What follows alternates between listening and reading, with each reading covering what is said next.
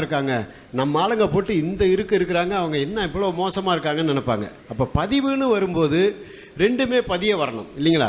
இப்போ ஐயா தவறு பண்ணியிருக்காரு, ஒருவேளை நீங்கள் கும்போணம் வரப்போ இந்த தவறு நாங்களும் பண்ணலாம். எவ்வளவோ இருந்தது, காலையில் கூட சொன்னேன், தண்ணி இல்லை, குளிக்கிறதுக்கு தண்ணி இல்லை. அது உங்களுடைய தவறோ என்னுடைய தவறோ கிடையாது. அந்த மோட்டாரில் ஏதாவது கோளாக இருக்கலாம், ஒரு வாஷர் போய் இருக்கலாம். இதையெல்லாம் பெருசுப்படுத்துகிற ஆள் கிடையாது நாங்கள். ஏன்னா இப்போ நாளைக்கு இரவு நான் இங்கேருந்து கும்போணம் போயிட்டு நாளைக்கு ராத்திரி எனக்கு இன்னொரு ஊரில் மீட்டிங், எங்கள் பெரியார் தலைவர்கள் மீட்டிங். அதனால் நாங்கள் அலைஞ்சிட்டு இருக்கிறனால இதை விட பெரிய சிரமங்கள்லாம் தினம் அனுபவிக்கிறவங்க. நீங்கள் எப்படி இப்போ ஐயா எப்படி கொள்கையை ஏற்றுக்கிட்டு அதுக்காகவே உழைச்சி அவங்க மட்டும் என்ன நிம்மதியான வாழ்க்கையாக இருக்குங்கிறீங்க? அவங்க மனைவி கூட இருக்காது. அவங்க ஏற்றுக்கிட்ட கொள்கைக்காக அவங்க வாழ்கிறாங்க, நாங்கள் ஏற்றுக்கிட்ட கொள்கையாக நாங்கள் வாழ்கிறோம். எங்களுக்கெல்லாம் ஒரு சொந்த வாழ்க்கைன்னே இருக்காது. குடும்பம் இதெல்லாம் பார்ப்போம்னு சொல்லி இருக்கவே இருக்காது. என்னைக்கு வீட்டில் இருப்போம், என்னைக்கு வருவோம்னு யாருக்குமே தெரியாது. தந்தை பெரியாரும் அப்படி தான் இருந்தார்கள். அப்புறம் ஐயா சொன்னாங்க, இந்த மாதிரி இந்த குழந்தைங்க சமையல் சொல்லி கொடுக்கறது பெரிய தப்பா, புருஷன் வீட்டில் போனால் சமைக்க வேணாமா அப்படின்னு கேட்டேன். அதுக்கு சொன்னாங்க, புருஷன் வீட்டில் போனால் சமையல் மட்டும் இல்லை, இன்னும் சில வேலைகள்லாம் இருக்குது, அதுக்கும் பயிற்சி கொடுக்க முடியுமா அப்படின்னு கேட்டாங்க. நான் தயவு செஞ்சு சொல்லிக்கிறேன், அது காமங்கிறது இயற்கையாக வருங்க. இப்போ ஆண்களுக்கு கூட அந்த 15 வயசு வரைக்கும் அது சமாச்சாரம் ஒரே ஒரு வேலை தான் நினச்சிக்கிட்டு இருப்பான், மூத்திரம் மட்டும்தான் பெய்யுன்னு. அதுக்கப்புறம் அது தானாக சொல்லிவிடும். அப்பா அம்மாலாம் சொல்லி தருவேன்னா யாரும் இது போய் யார்ட்டையும் அம்மாட்ட போய் கேட்க மாட்டாங்க. நான்லாம் 16 வயசில் எங்கள் அப்பாவும் அம்மாவும் சேர்ந்து தான் நம்ம பிறந்தோம்னு சொல்லுவோம். நான் இல்லைன்னு சத்தியம் பண்ணுவேன். சேச்சா எங்கள் அப்பாலாம் அது மாதிரி பண்ண மாட்டார், எங்கள் அம்மாலாம் ரொம்ப நல்லவங்கன்னு நான் சொன்னவன் தான். ஏன்னா அப்போல்லாம் இந்த சினிமா வரலிங்க, இந்த தொப்புல காமிச்சிட்டு ஆடுற பொம்பளைங்களாம் அன்றைக்கி வரல. அன்றைக்கெல்லாம் ஏதோ கொஞ்சம் அந்த மார்பு விருப்பம் மூடிக்கிட்டு இந்த வயிறு தெரிகிற இடத்துல கூட அந்த கலர் சட்டையை போட்டு ஆடுற நடிகைகள் தான் இருந்தாங்களே தவிர, இப்போ பிறந்த பிள்ளைக்கே தெரியுது அது வேறு சமாச்சாரம். இன்றைக்கி காலகட்டம் அப்படி ஆயிடுச்சுங்க. அதனால் இந்த சமையல் புருஷன் வீட்டில் போய் செய்யணுங்கிறதுனால மற்றதையும் இங்கேயே பயிற்சி கொடுத்த சொல்கிறது ஒரு பகுத்தறிவான ஒரு கேள்வி இல்லைன்னு நான் நினைக்கிறேன். அது உங்கள் முடிவு, அது நியாயமாக. ஏன்னா இன்பம் துன்பம் தூக்கம் அழுகை இதெல்லாம் இயற்கைங்க. மதம் கடவுள் இதெல்லாம் நம்ம மேலே திணிக்கப்பட்டது. சாதி, இப்போ நான் என்ன சாதின்னு இந்து மதத்தில் எவனுக்குமே தெரியாது, ஆனால் எங்கள் ஊரில் தெரியும் என்ன சாதின்னு. அது என் மேல் திணிக்கப்பட்டது. நான் எந்த ஊருக்கு போனாலும் நான் மனுஷன்னு எல்லாருமே ஒத்துக்குவான், எனக்கு 2 கை 2 கால். அப்போ நம்ம மேலே திணிக்கப்பட்டது எது, நாமளாக ஏற்றுக்கொண்டது எது, இயற்கையானது எதுன்னா அது இயற்கையானது. சமையல் இயற்கையானது கிடையாது, அது சொல்லி கொடுத்தா தான் வரும். எது சொல்லி கொடுத்தா வருமோ அது சொல்லி கொடுத்து தான் ஆகணும். இயற்கையாக வரதை போய் நம்ம பெருசு பண்ணிக்கிட்டு அதையும் நம்ம இங்கேயே பயிற்சி கொடுத்து அனுப்பினோமாங்கிறது அது மாதிரி கொடுத்தா எந்த மாப்பிள்ளையும் கட்டிக்க மாட்டாங்க இல்லைங்களா? ஏற்கனவே உனக்கு என்னென்ன ட்ரைனிங் கொடுத்துருக்காங்க, எனக்கு எல்லா ட்ரைனிங்கும் எங்கள் வீட்டில் கொடுத்துருக்காங்க, எங்கள் அண்ணன் தான் கொடுத்தாரு சொன்னால் அது ஒரு நாகரிகமாக இருக்காது இல்லைங்களா?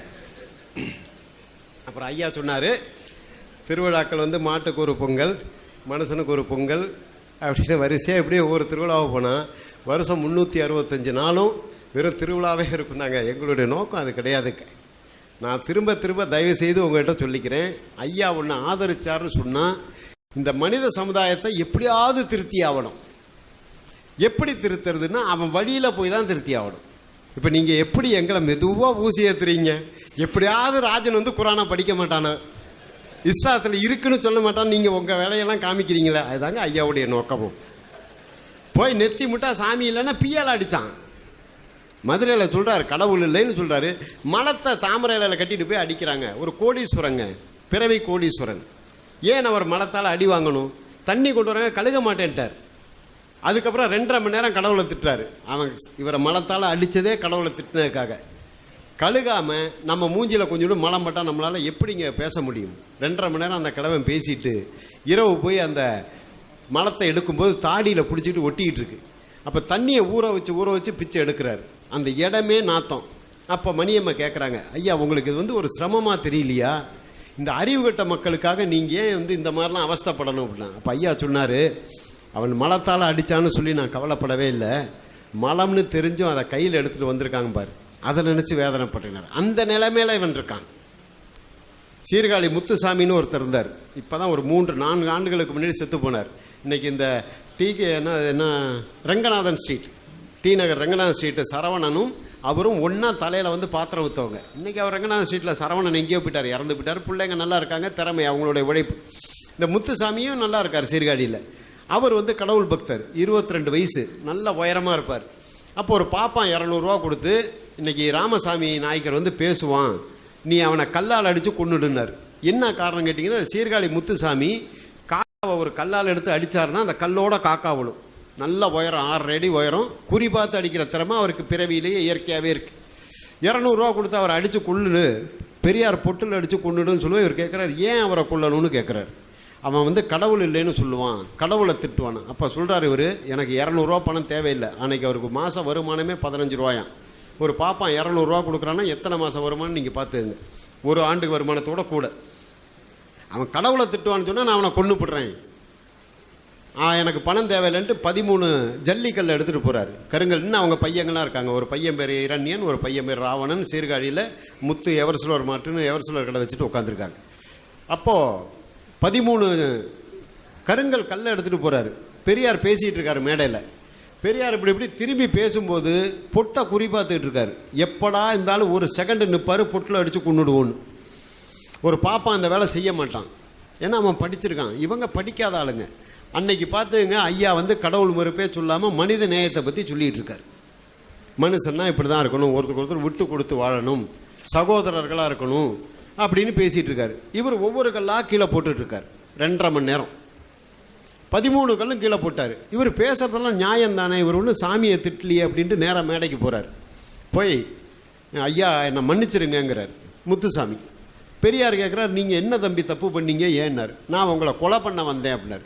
கொலை பண்ணிட்டு போங்களேன்னு ஐயா குனிஞ்சு கழுத்தை காமிக்கிறார். ஐயாவும் நல்லா உயரமானவர். குனிஞ்சு கழுத்தை காமிக்கிறார். இல்லையா என்னை மன்னிச்சிருங்க அப்படின்னாரு. ஏன் தம்பி நீங்கள் என்னை கொலை பண்ண வந்தீங்கன்னார். நீங்கள் கடவுளை திட்டுவீங்கன்னு சொன்னாங்க, அதனால உங்களை கொலை பண்ண வந்தேன்னார்.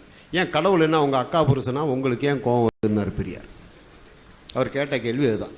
அதுக்கப்புறம் அவர் கொடுத்த நாற்காலியில் அந்த இளைஞரை உட்கார வச்சு 2.5 மணி நேரம் வெறும் கடவுளை மட்டும் திட்டியிருக்கார் பெரியார். வேற எதுவும் பேசவே இல்லை. இப்போ சொல்லுங்க தம்பி எந்த கடவுள் யோகியமான கடவுள், இப்போ சொல்லுங்க தம்பி எந்த கடவுள் யோகியமான, வரிசையாக கடவுளை தான் திட்டிட்டு வரும். ஏன்னா அந்த பையன் வந்து நெத்தியில் பட்டை அடிச்சிருந்தார், அதனால அவர் இந்து கடவுளை திட்டினார். அவன் நெஞ்சில் சிலுவை போட்டு வந்திருந்தா இயேசுவை திட்டியிருப்பார். உங்கள் ஆளுங்க யாராக வந்தால் அல்லாவையோ நபிகள் நாயகத்தை ஐயா குறை சொல்லிருப்பார். 3 மணி நேரம் 2 மணி நேரம் சொல்லுவார். யாரும் மறுக்க முடியாது. அவருடைய திறமையெல்லாம் எங்களுக்கு இல்லைங்க. ஏன்னா இப்போல்லாம் நாங்களாம் சோம்பேறி ஆகிட்டோம். உங்களுக்கே தெரியும், இப்போ உழைக்காம தான் எல்லாம் சாப்பிட ஆசைப்படுறாங்க. எல்லாம் ஒரு கம்ப்யூட்டரை கற்றுக்குறாங்க. இப்போ உழைப்பாளிகள் எங்கே இருக்காங்க? அது மாதிரி நமக்கு அது மாதிரி காலம் சுருங்கி போயிடுச்சு.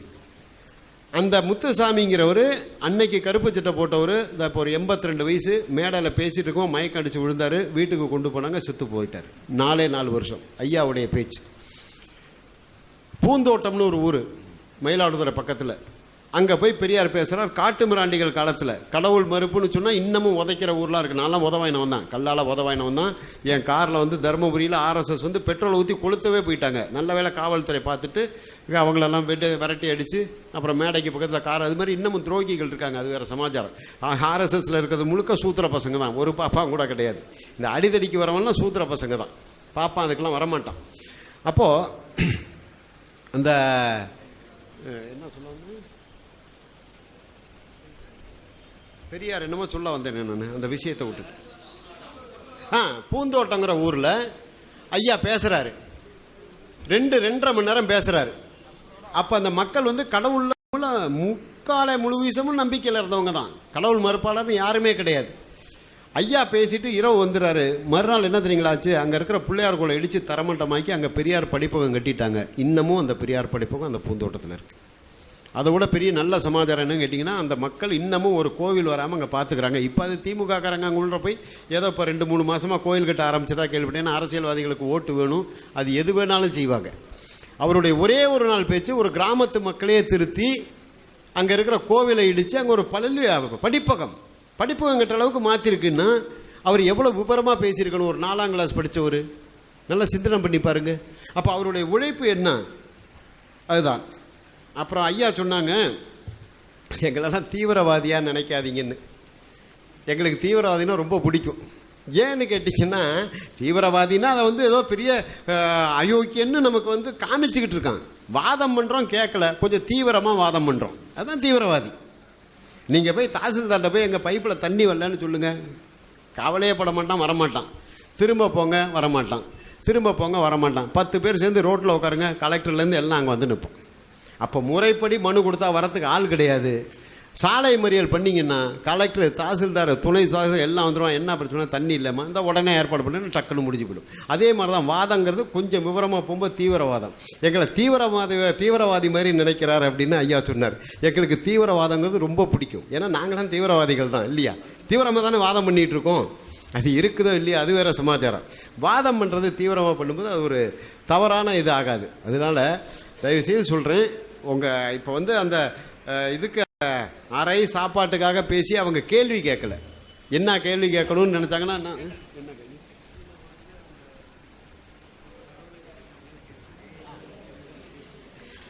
மாட்டை கும்பிடுவரான் அயோக்கியன்னு எழுதியிருக்கணும் அப்படின்னு ஐயா சொன்னாங்க. நீங்கள் எங்கள் பெரியார் சிலை பார்த்தீங்கன்னாலும் அதில் எழுதியிருக்கிற வசனம் இதுதான். அது யார் மனசும் புண்படக்கூடாதுங்கிறதுக்காக எழுதப்பட்டது. தயவுசெய்து நல்லா புரிஞ்சுக்கணும். எதையுமே ஆழமாக போனால் தான் முத்தெடுக்க முடியும். மேலே வந்து சிப்பி தான் இருக்கும். ஏன்னா எங்கே ஒரு மத பண்டிகை இருந்தாலும் கடவுள் வாழ்த்துன்னு பாடுவான். இப்போ தான் அந்த ஈராறும் கடல் விடுத்தன்னு சொல்லி பண்ணால் அதில் கூட ஆரியங்கள்லாம் ஒழியணும்னு வரும். கடைசி அதை எடுத்துகிட்டு போடுறான். முந்தியெல்லாம் என்ன கேட்டிங்கன்னா, தாயே யசோதா உந்தன் ஆயர் குலத்துதித்த மாயன் கோபாலகிருஷ்ணன் செய்யும் ஜாலத்தை கேளடி தாயின்னு இந்த பஜனை பாட்டு தான் பாடுவான்.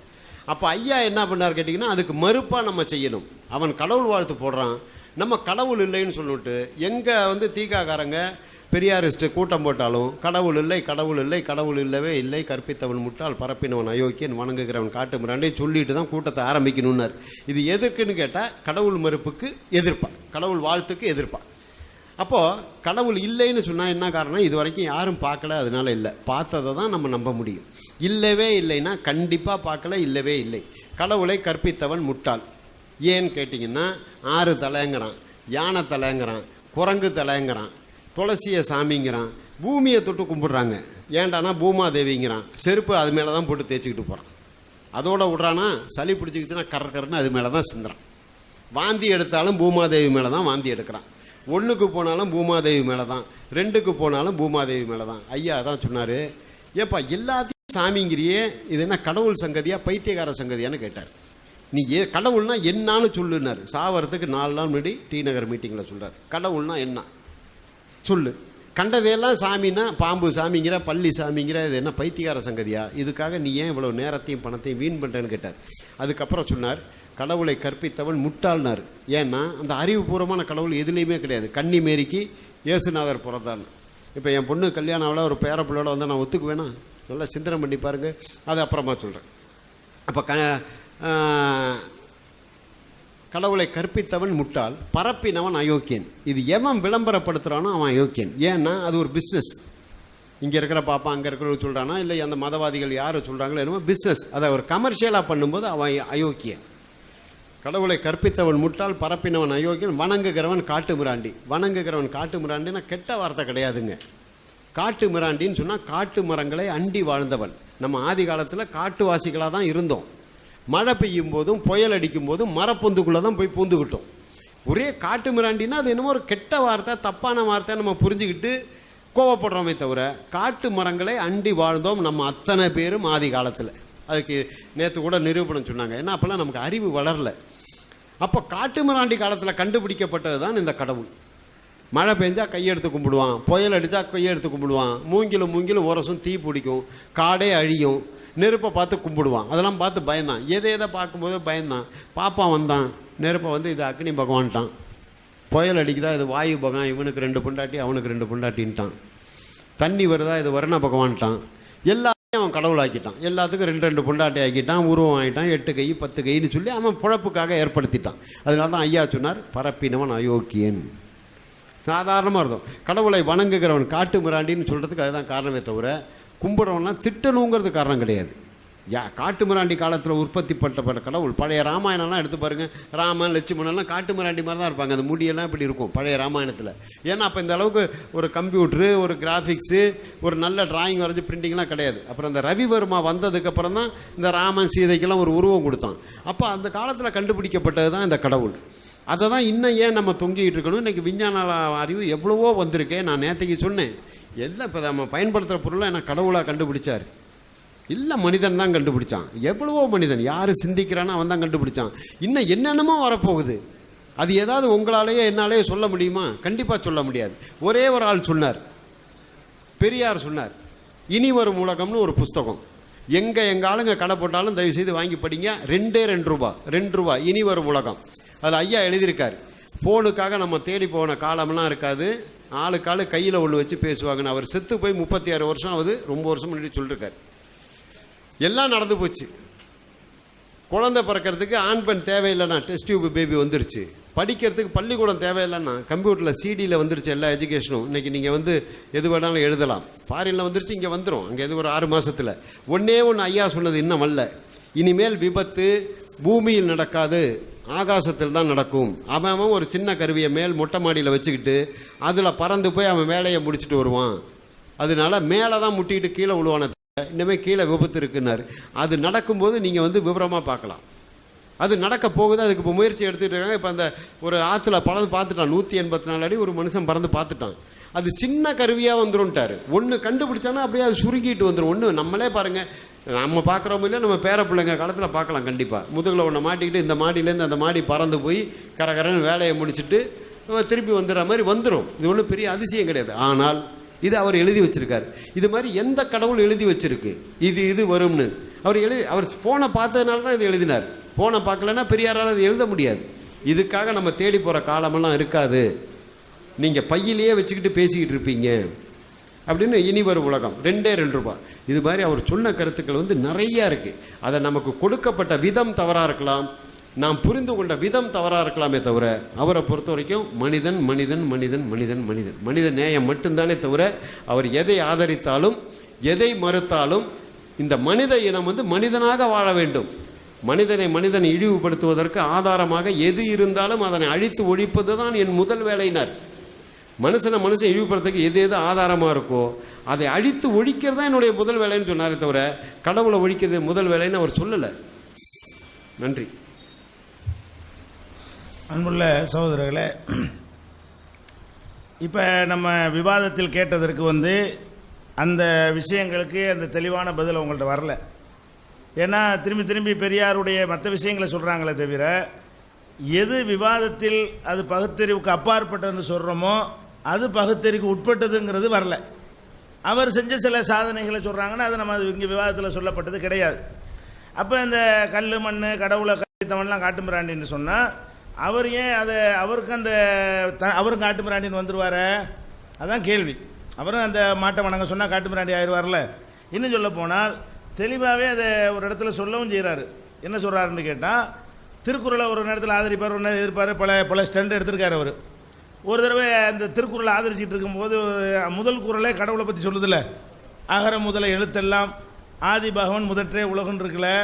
அகரம்ங்கிறது ஆனா எப்படி ஃபர்ஸ்ட் எழுத்தாக இருக்கிறதோ அதே மாதிரி உலகத்துக்கு கடவுள் தான் முதல் அப்படின்றதுக்கு நேரடி அர்த்தம் இருக்கிறது.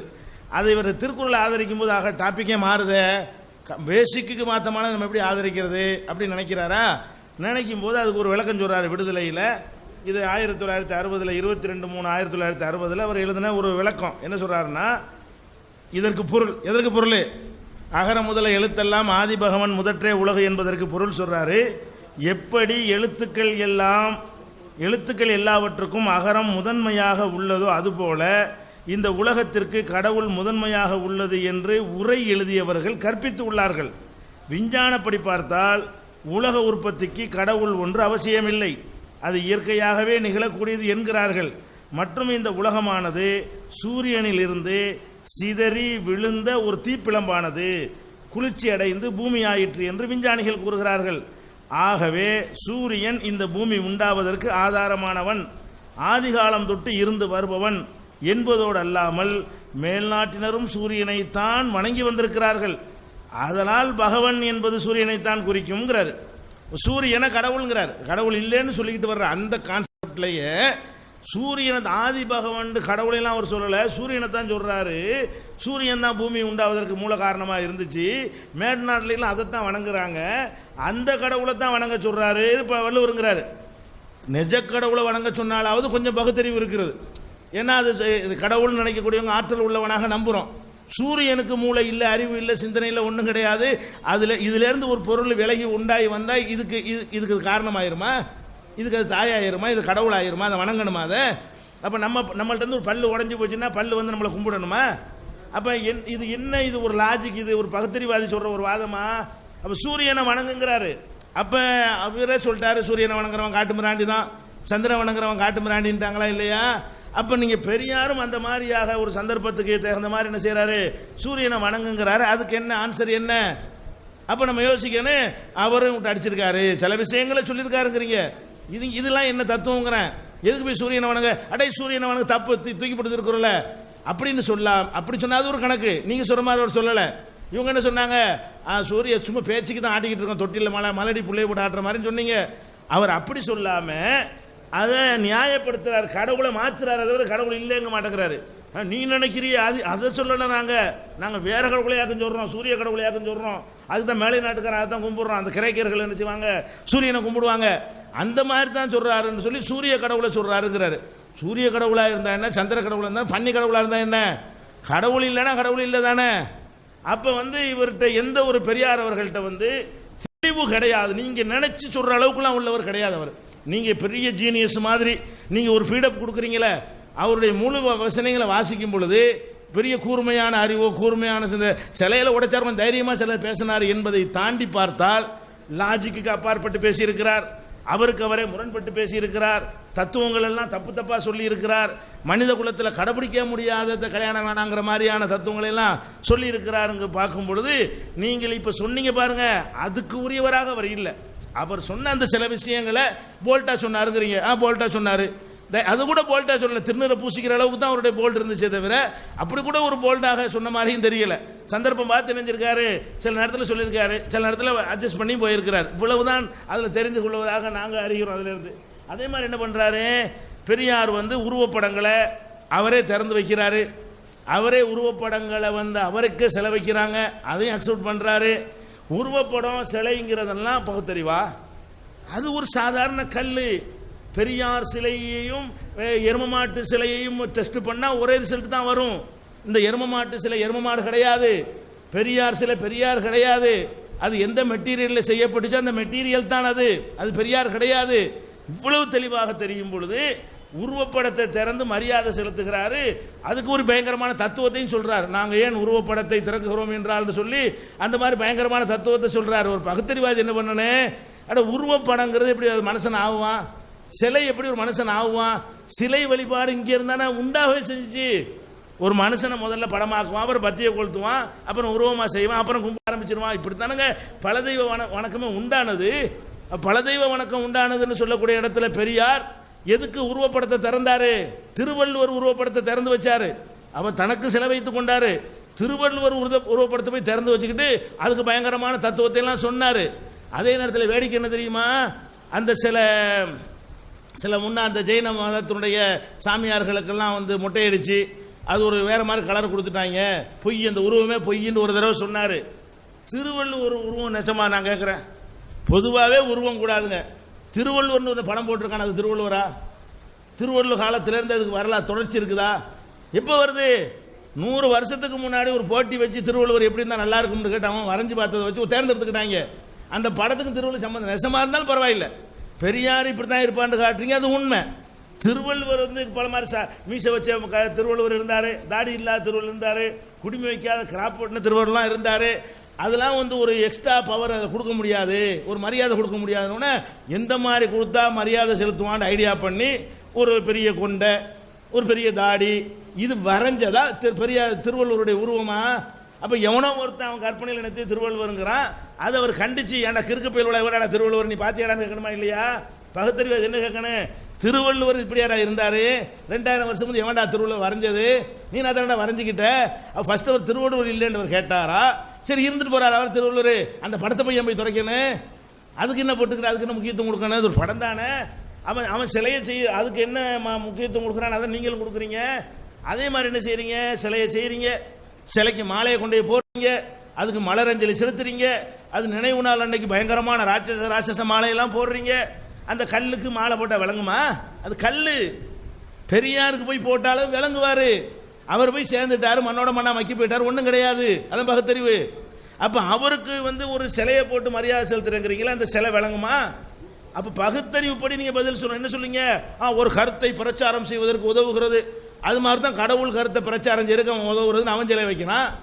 உணர்ச்சி படி பதில் எங்களுக்கு வேண்டியதில்லை. எங்களுக்கு வேண்டிய பதில் என்னன்னு கேட்டா, இதுல உள்ள பகுத்தறிவு என்ன? ஒரு மனுஷனை அவனை மாதிரி ஒரு கல்லா செஞ்சால் அது அவனாக ஆவானா? அந்த கல்லுக்கு மரியாதை செய்தால் அது அவருக்கு செய்த மரியாதையா ஆகுமா? அந்த கல் விளங்குமா? கடவுள் சிலைங்கிற கல் எப்படி விளங்காதோ அது மாதிரி இது விளங்கக்கூடியதா, விளங்காம இருக்குமா? அப்ப இப்படி ஒருத்தர் சொல்லியிருக்காரு, என்னடா உளறி கொட்டிருக்காருன்னு நினைப்பீங்களா இல்லையா? நினைவிடம் என்று சொல்றீங்க, ஒரு ஆளுடைய நினைவு, பெரியாருடைய நினைவிடம் என்று சொல்லி அதுல போய் அஞ்சலி செலுத்துறீங்க.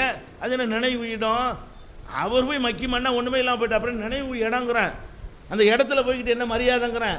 ஒருத்தர் போய் புதைச்சா அந்த இடம் மரியாதைக்குரிய ஆயிருமா? அவர் தான் போயிட்டாரு, அப்புறம் என்ன அவருக்கு என்ன மரியாதை? அப்ப நினைவிடம்ங்கிறீங்க, அதுல போயிட்டு மரியாதை செலுத்தி கிடக்குறீங்க. இதெல்லாம் மதவாதிகள் செய்வதை விட கூடுதல் அவங்களுக்கு தெரியலையா? அவன் தான் சிந்திக்காதவன் முடிவு கட்டினீங்க, சரி தொலைஞ்சிட்டு போறான்னு விடுங்க. நீங்க சிந்திக்கக்கூடியவர்கள் என்ன பண்றீங்க? ஒரு கல்லுக்கு போட்டு மாலையை பண்ணி அவன் தேங்காயை கொண்டா நீ மலர் மாலையை கொண்டு வைக்கிறீங்க. இது நான் கேட்கிறேன், இதெல்லாம் இவங்களுடைய கருத்து என்னன்னு எனக்கு தெரியல. இதுலயே 4 பேருக்கு 4 கருத்து கூட இருக்கலாம். இதுல அந்த செயலை கண்டிக்கக்கூடியவர் இருக்கலாம். ஏன்னா யூனிஃபார்ம் அவங்கள்ட்ட இல்ல பேச, நீங்க பார்க்கும்போது தெரியும் சில விஷயங்கள்ல அது தப்பு தான் ஒருத்தர் சொல்லுவாரு. பொங்கலுக்கு 4 கருத்து சொன்னாங்கல்ல, அது மாதிரி அவர்களுக்கு இதில் 4 கருத்து கூட இருக்கலாம். நாங்க 4 கருத்துல உள்ளவர்களுக்கும் ஒரே கேள்வி தான் கேட்கிறோம். இது தவறு என்றால், தவறுன்னு நினைக்கக்கூடியவர்கள் மற்ற சாமி சிலைகளை பற்றி செய்தவனை கண்டிக்கிறது போல மேடை போட்டு இது ஒரு காட்டு மிராண்டித்தனம், இது ஒரு பைத்தியக்காரத்தனம், இந்த சிலைக்கு அந்த கான்செப்ட்ல பண்ணீங்களா? வீரமணியை நீங்க எதிர்க்கிறீங்கன்னு சொன்னா பண விஷயத்தில் எதிர்ப்பீங்களே தவிர இந்த கான்செப்டை எதிர்த்திருப்பீங்களா? இந்த கொள்கையை, இந்த தப்பான சித்தாந்தம் எதிர்த்திருப்பீங்களா? அப்ப நம்ம என்ன பார்க்கிறோம்? சும்மா பகுத்தறிவுங்கிறாங்க. பெரிய பகுத்தறிவு உள்ளவர்கள்லாம் இதை அக்செப்ட் பண்ணவே மாட்டார்கள். எந்த ஒரு பகுத்தறிவு உள்ள ஒரு ஆளும் சிலைக்கு மாலை அணிவிக்கிறது என்ன செய்ய மாட்டாரு? ஏற்றுக்கொள்ளவே மாட்டாரு. சூரியனை கடவுளுங்கிறத ஏற்றுக்கொள்ளவே மாட்டாரு. மாட்டுக்கு நன்றி செலுத்துவதை ஏற்றுக்கொள்ளவே மாட்டாரு. பொம்பளை கல்யாணம் செய்யக்கூடாது என்பதை பகுத்தறிவாதி ஏற்றுக்கொள்ளவே மாட்டாரு. அப்ப அந்த மாதிரியான ஒரு விஷயங்களை தான் இணைஞ்சிருக்காரு பெரியார் சொல்லி இருக்கிறார் என்பதை நம்ம தகுந்த ஆதாரத்தோட, தேவைப்பட்ட ஆதாரங்கள் அடுக்கடுக்காக இருக்கிறது, அதை நம்ம சொல்லி காட்டுகிறோம். அதே மாதிரி முஸ்லீம்கள் மதத்தில் உள்ளவங்க அவங்க சில அடையாளங்களை வச்சிருப்பாங்க. அதில் பயங்கரமான கேள்வி கேட்பீங்க. என்ன கேள்வி? நீ ஏன் தொப்பி போட்டிருக்கிற? அதுவும் மதத்தில் அடையாளம் இல்லை, அடையாளமாக இருக்குன்னு நீங்கள் கேள்வியெல்லாம் கேட்குறீங்க. நீ ஏன்டா சிலுவையை மாட்டிக்கிற? அதுடா உனக்குன்னு வர, நீ அப்படி ஒரு மனுஷன் தானடா அப்படின்னு கேட்கக்கூடியவங்க தங்களுக்கு அடையாளம் வச்சுக்கிறாம இருக்கணுமா இல்லையா? அது இன்னொரு கூட்டமாக கொண்டு எல்லாம் கருப்பு சட்டையை போட்டு நிற்கிறது. அதுக்கு ஏதாவது லாஜிக் சொன்னீங்கன்னா அது நாங்கள் எங்களை தனியாக காட்டிக்கிற விரும்புகிறோம்னா அவனு தனியாக காட்டிக்கிற என்ன தப்பு? நீங்கள் ஏன் தனியாக காட்டிக்கிறீங்கிறேன். அப்போ நீங்கள் ஒரு கருத்தில் இருக்கிற காரணத்தினால் அதன் அடிப்படையில் ஒருத்தர் ஒருங்கிணைப்பீர்களே, ஆனால் அந்த கருத்து தவறு என்று சொல்லக்கூடியவர்கள் ஒருங்கிணைந்தது மூட நம்பிக்கைங்கிறீங்க. நீங்கள் எப்போ பண்ணலாம்? நீங்கள் செய்கிற பரவாயில்லப்பான்னு சொல்லிட்டா நாங்கள் செய்கிற பரவாயில்லன்னு சொல்லலாம். அது தப்புங்கிறீங்க. ஏன் தொப்பிங்கிறீங்க, ஏன் லுங்கிங்கிறீங்க, என்னென்னத்தெல்லாம் மார்க்கம் சொல்லாத ஒன்றை எங்களுக்கு வழங்காமல் செஞ்சா கூட அது உங்களால் கேள்வி கேட்கப்படுற அளவுக்கு அது ஒரு உறுத்தலாக இருக்குது. நீங்கள் நேர்மையான பார்வை உள்ளவர்களாக இருந்தால் இது ஏன் உங்களை உறுத்தவில்லை? கருப்பு சட்டை போடுவது ஏன் உறுத்தவில்லை? ஏன் இதை போய் கருப்பு ஏண்டா, ஏன் கருப்பு நம்முடைய அடையாளம் ஆகணும்னு கேட்டீங்களா? அப்ப எத்தனை வண்ணங்கள் இருக்கிறத, அந்த வண்ணத்தில் கருப்புக்கு மட்டும் அப்படி என்ன ஸ்பெஷாலிட்டி?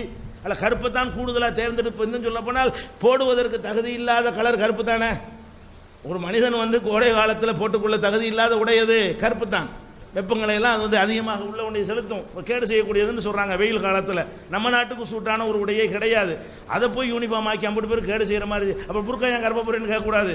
அது எங்க மார்க்கத்தில் கருப்பா போட்டுன்னு சொல்லல, வழங்காம போட்டுருக்கான்னு பதில் ஏற்கனவே சொல்லிவிட்டோம். கருப்புல தான் இருக்குன்னு எங்க மார்க்கத்தில் சொல்லப்படவில்லை. நீங்க கருப்பை ஒரு முக்கியமானது ஆக்கணும். எதுக்குன்னா அடையாளம் வேணாங்கிறீங்க, அப்புறம் என்ன செய்றீங்க? அடையாளம் வேணுங்கிறீங்க. அப்புறம் என்ன? அதை விட பயங்கரமான பகுத்தறிவு. உங்க கொள்கை என்ன? கடவுள் இல்லை. கடவுள் இல்லைங்கிற கொள்கையில் ஒருத்தர் உறுதியானவர்னா என்ன செய்யணும் தெரியுமா? அந்த கொள்கையுடைய அந்த வட்டத்துக்கு வெளியே போகாம நின்று என்ன செய்யணும்? அவர் நிக்கணும். அவர் என்ன செய்யறாரு தெரியுமா? பெரியார் வகையராக்கள் இவங்க உள்பட கடவுளுக்கு தமிழில் அர்ச்சனை செய்ய வேண்டும். பயங்கரமான பகுத்தறிவாருங்க. கடவுளுக்கு எதுல செய்யணும்? அது என்னடா சமஸ்கிருதத்தில் இதுலயும் பாப்பானை எதுக்கணுங்கிற ஒரு கொள்கை அதுல இருக்கா? பகுத்தறிவு இருக்குதா? கடவுள் இல்ல, இல்லாத அளவுக்கு நீ மலையாளத்தில் செஞ்சா என்ன, தமிழ்ல செஞ்சா என்ன, இல்லைங்கிற நிப்பியா? நீ செய்யற அயோக்கியத்தனத்தை தமிழனும் செய்யறதுக்கு அனுமதி கொடுன்னு என்ன அர்த்தம்? தமிழனை இங்க எப்படி வென்றெடுக்கணும்? தமிழனே உனக்கு அர்ச்சகரா ஆக்கினாலும் போவாதுன்னு சொல்லணும். மேற்று அர்ச்சகர் மேற்று இல்லடா, பகுத்தறிவு மேற்றடா. பாப்பான் தான் கிறுக்கு பிடிச்சி போய் என்ன செய்யறான்? அவன் கல்ல போய் கடவுள்கிட்ட கும்பிட்டு இருக்கிறான். நீ பகுத்தறிவாதியா இருக்கணும். அவன் கொடுத்தாலும் கேட்காத, அர்ச்சகரா கூட ஆக்கிறதுக்கு பிளான் பண்ணுவான். அதுக்காக வேண்டி கல்ல அது பகுத்தறிவா? என்ன பண்றாரு? என் தமிழ் மக்களும் அர்ச்சனை செய்ய வேண்டும், தமிழில் கடவுள்கிட்ட சொல்லு. அது என்ன சமஸ்கிருதத்தை சொல்லுகிறாய்? அப்ப தமிழில் இதெல்லாம் ஒரு சாதனையா வேற. பெரியார் வந்த பிறகு என்ன சாதனை, கலைஞர் வந்த பிறகு தமிழில் அர்ச்சனை செய்ய வேண்டும் என்று சட்டம் கொண்டு வந்தோம். ஓதுவார்களை சிதம்பரத்தில் இறக்கி விட்டு ஒரு குழப்பத்தை பண்ணி தமிழ்ல அவனை போட்டுக்கிட்டு சிந்திச்சுக்கிட்டு பகுத்தறிவாதியா வரக்கூடியவனை அவனை போட்டுக்கிட்டு மூட நம்பிக்கை உள்ளவனை தள்ளி விட்டுப்புட்டு பகுத்தறிவுக்கு பாடுபட்டோன்னா இது என்ன பகுத்தறிவு? இப்போ அவன் பகுத்தறிவாதியாக இருப்பான். தமிழ்ல போட்டுக்கிட்டு நடராஜரை கும்பிட்டு இருப்பானா? அவன் அதாவது புரியாம விளங்கிட்டு இருந்தாலும் நம்பிக்கை கம்மியா இருக்கு. புரிஞ்ச பாஷையில் சொல்ல நம்பிக்கை கூடி போயிருப்பான் அவனுக்கு. நடராஜர் அவன் பாஷையில் பேசுறான்னு வைங்க, நடராஜர் பயங்கரமான ஆளு மனசுல பதியுமா இல்லையா? இதுக்கு இது ஒரு சித்தாந்தமா? நீங்க என்ன பண்ணணும்? தமிழில் அர்ச்சனையா? எதுக்குடா அர்ச்சனை வேணாம். பகுத்தறிவாதி என்ன செய்யணும்? நீங்கள் எதை சொல்கிறீர்களோ அதில் பகுத்தறிவுக்கு வெளியே நின்று காரணம் வேற காரணம் சொல்லுவாங்க. காரணம் சொல்லுவாங்க, பதில் என்ன காரணம் சொல்லுவாங்க? அது ஏன் செய்தார் தெரியுமா? இந்த பாப்பா வந்து சமஸ்கிருதம் தான் கடவுள் மொழின்னு சொன்னா, எனக்கு மட்டும் தான் தெரியும்னு சொன்னான். அதான் பதில். அது உணர்வு பூர்வமான பதில். அறிவுபூர்வமான பதில் என்ன? பகுத்தறிவுக்குள்ள பதில் ஆகுமா? அது அவன் எதுக்காக செஞ்சுட்டு போறான்? ஒரு பகுத்தறிவாதி மக்களை நீங்கள் பகுத்தறிவுள்ள ஆக்குவது உங்க நோக்கமா? அவன் தமிழ்ல முட்டா பயில ஆகணும்னு நோக்கமா? நீ முட்டா பயில போனாலும் சமஸ்கிருதத்தில் முட்டா போயிடாத, தமிழ்ல போய் முட்டாளா போகும். இது என்ன பகுத்தறிவு நான் கேட்கிறேன். இது பகுத்தறிவா? இது அவர் இது செஞ்சாரா இல்லையா? அதுக்கு என்னது? அனைத்து சாதியினர் அர்ச்சகர் ஆகணும். அடுத்து பயங்கரமான தத்துவத்தை சொல்றாரு. எந்த ஒரு சென்ஸுமே இல்லைங்க. ஒரு அறிவாளி சொல்ல மாட்டாருங்க. ஒரு கூர்மையான சிந்தனை உள்ளவர் வந்து இப்படி பேச மாட்டார். என்ன செய்யணும்? அனைத்து சாதி பாப்பா மட்டும் என்ன அர்ச்சனை பண்ற, அம்புட்டு சாதிக்காரனும் பண்ணணும், எல்லா ஜாதிக்காரனையும் சாமியாராக்கு அப்படின்னா கொஞ்சம் நஞ்சம் வேணான்ட்டு உங்கள்கிட்ட திருந்தி வந்தானே அவனையும் கொட்டி கோயிலில் கொட்டி தள்ள புரியல. அவனையும் போய் அந்த ஓம் ராமாய நமஹான்னு சொல்லாம தமிழ்ல போய்கிட்ட அந்த மந்திரங்களை சொல்லி கடவுளை வழிபடக்கூடியவனா? இல்லாத கடவுளை, உங்க வாதப்படி இல்லாத கடவுளை, எங்க வாதப்படி இல்லாத கடவுள் தான். இல்லாத கடவுளை போய் வழிபடுவதற்காக வேண்டி அனைத்து சாதியினை அர்ச்சகர் ஆக்குங்கிறீங்களே, இது ஒரு பயங்கரமான கான்செப்ட் சொல்றீங்களே. இதுல வந்து நீங்க உணர்ச்சிகரமாக சிலர் தூண்டி விடுறதுக்கு உதவலாம். பாப்பானியத்தை ஒதுக்குறோம். ஏன் அதை விட இதான சரியான ஒதுக்குதல்?